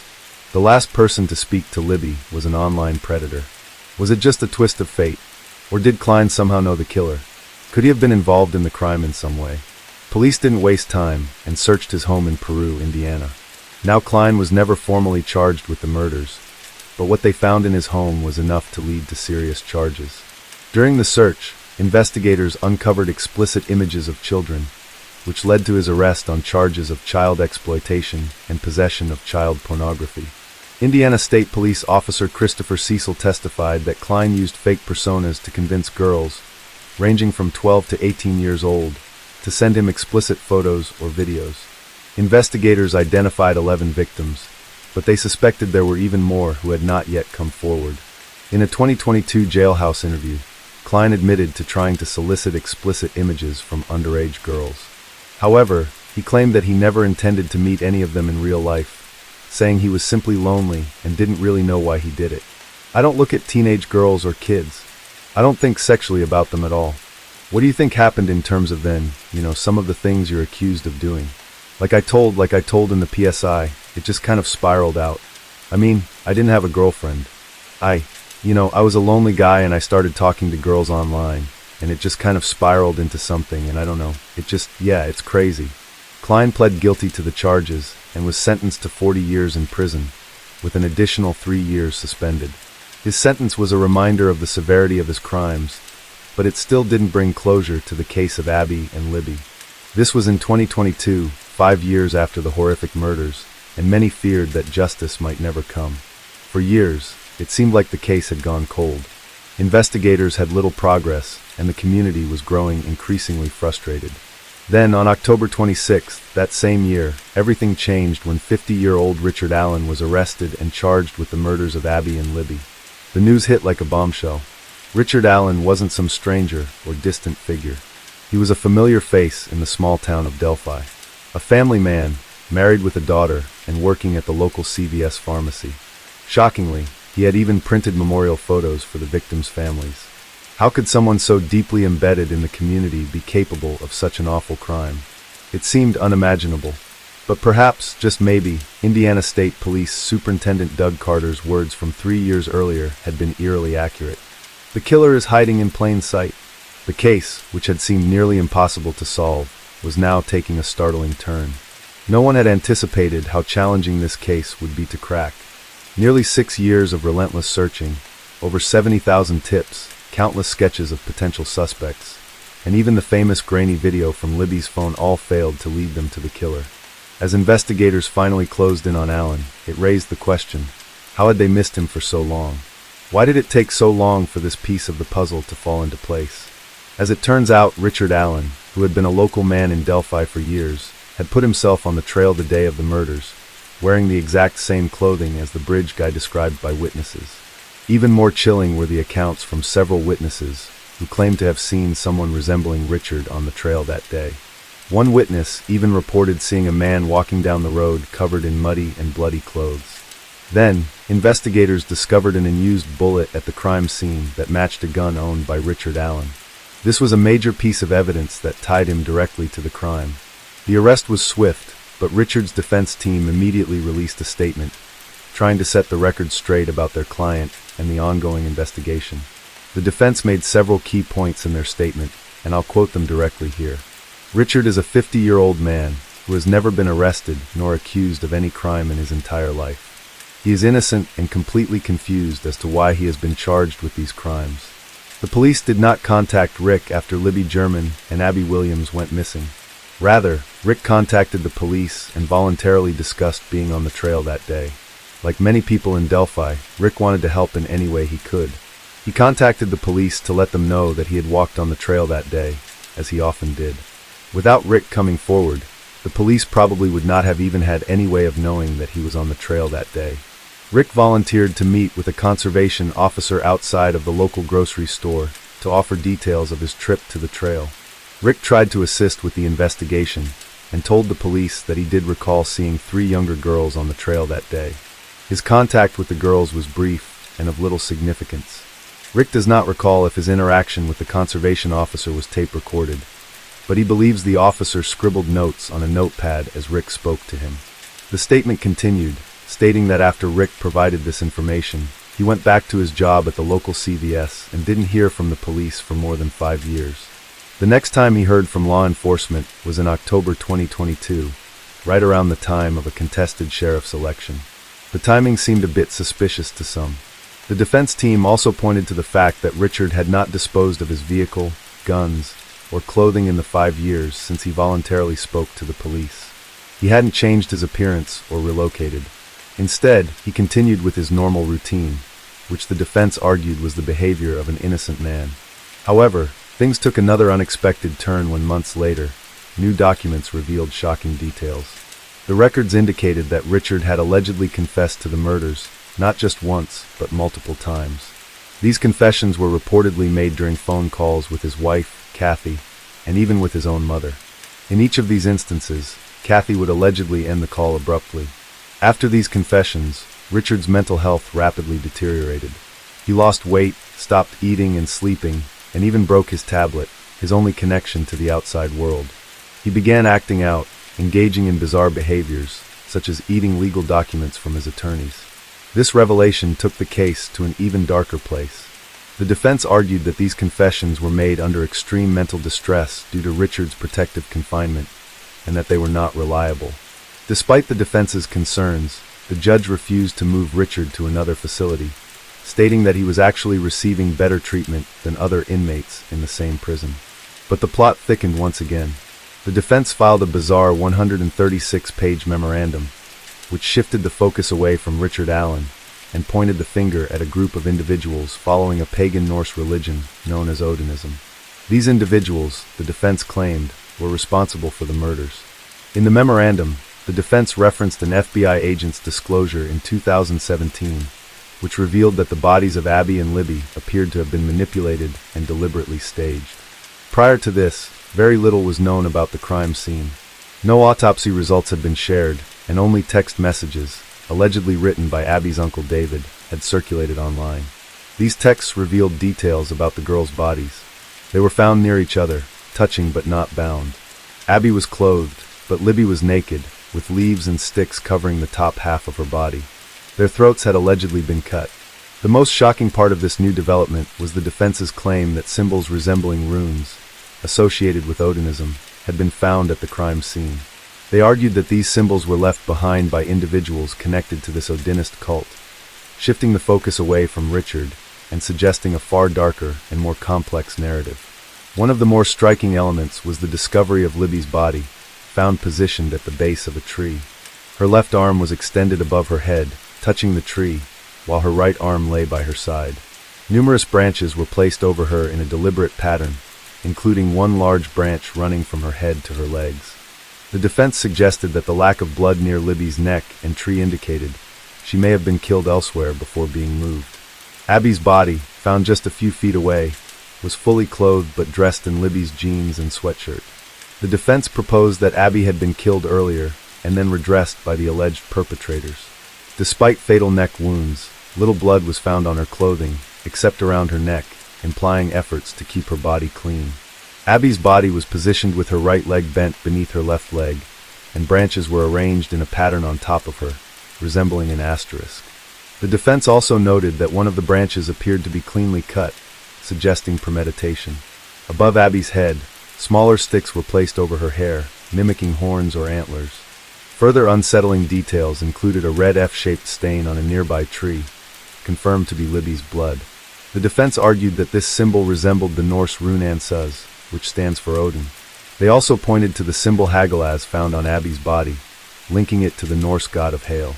The defense theorized that these runes suggested a ritualistic motive behind the killings. The defense challenged the prosecution's timeline, which suggested the murders occurred within a short window, claiming it was implausible for one person, especially someone of Richard Allen's small stature, to have committed the murders alone. They raised questions about the discovery of a bullet buried between the girls, and its connection to a gun owned by Allen, asking when it was found.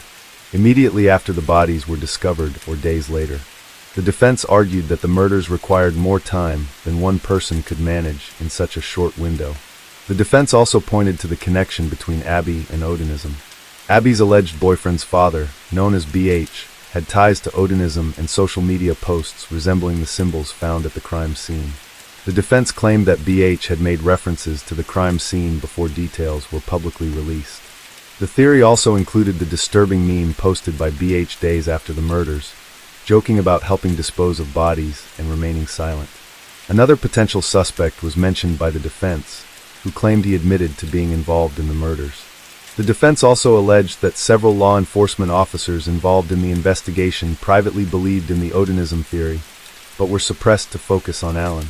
In terms of Allen's mental health, the defense argued that his deteriorating condition in prison may have led to coerced confessions. They claimed that threats from Odinist members working as guards had pressured him into confessing. Additionally, they accused the lead investigator of withholding crucial evidence to gain a search warrant for Allen's home. Another significant issue raised was the destruction of evidence.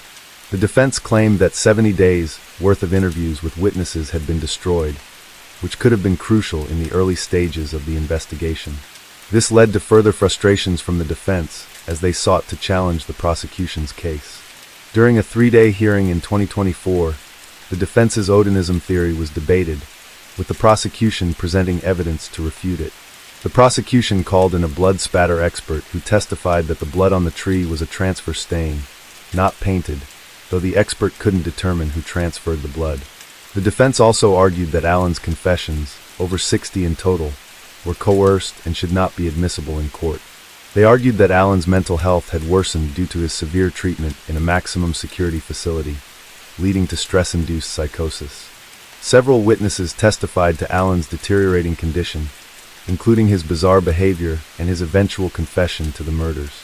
A DNA expert also testified that there was no trace of Allen's DNA at the crime scene, and there was also no sign of Libby or Abby's DNA on any of the items found at his home. So while his confession seemed to be a big step toward closing the case, physical evidence wasn't quite backing up his involvement. The only key piece of evidence prosecutors focused on was the .40 caliber bullet found near the girls' bodies. An expert for the prosecution claimed it matched Allen's gun, but the defense wasn't buying it, pointing out that there weren't enough images taken of the cartridge, and even suggested that the bullet could have come from a law enforcement officer's weapon. That raised a lot of eyebrows about the reliability of this piece of evidence. The prosecution also worked hard to link Allen to the chilling bridge guy video and audio recording taken by Libby on her phone just before the girls were murdered. State Police Master Trooper Brian Harshman, who reviewed over 700 of Allen's prison calls, testified that, in his opinion, the voice on that recording matched Allen's voice. It was a bold statement, but some still had their doubts. Then the moment arrived. On November 11, 2024, Allen was convicted on all counts. Just a month later, on December 20, 2024, Judge Gull sentenced him to 130 years in prison, 65 years for each of the girls' murders, to be served consecutively. He was immediately transported to the Westville Correctional Facility to start serving his time. But here's the thing. While some people were relieved to see justice served, there's still a big divide. A lot of people are questioning how it took 5 years for anyone to connect Allen to the case. There were those sketches, the videos, the voices, so why didn't anyone think to investigate Allen sooner? And let's not forget that his arrest happened just in time for a sheriff election, which raised even more suspicions.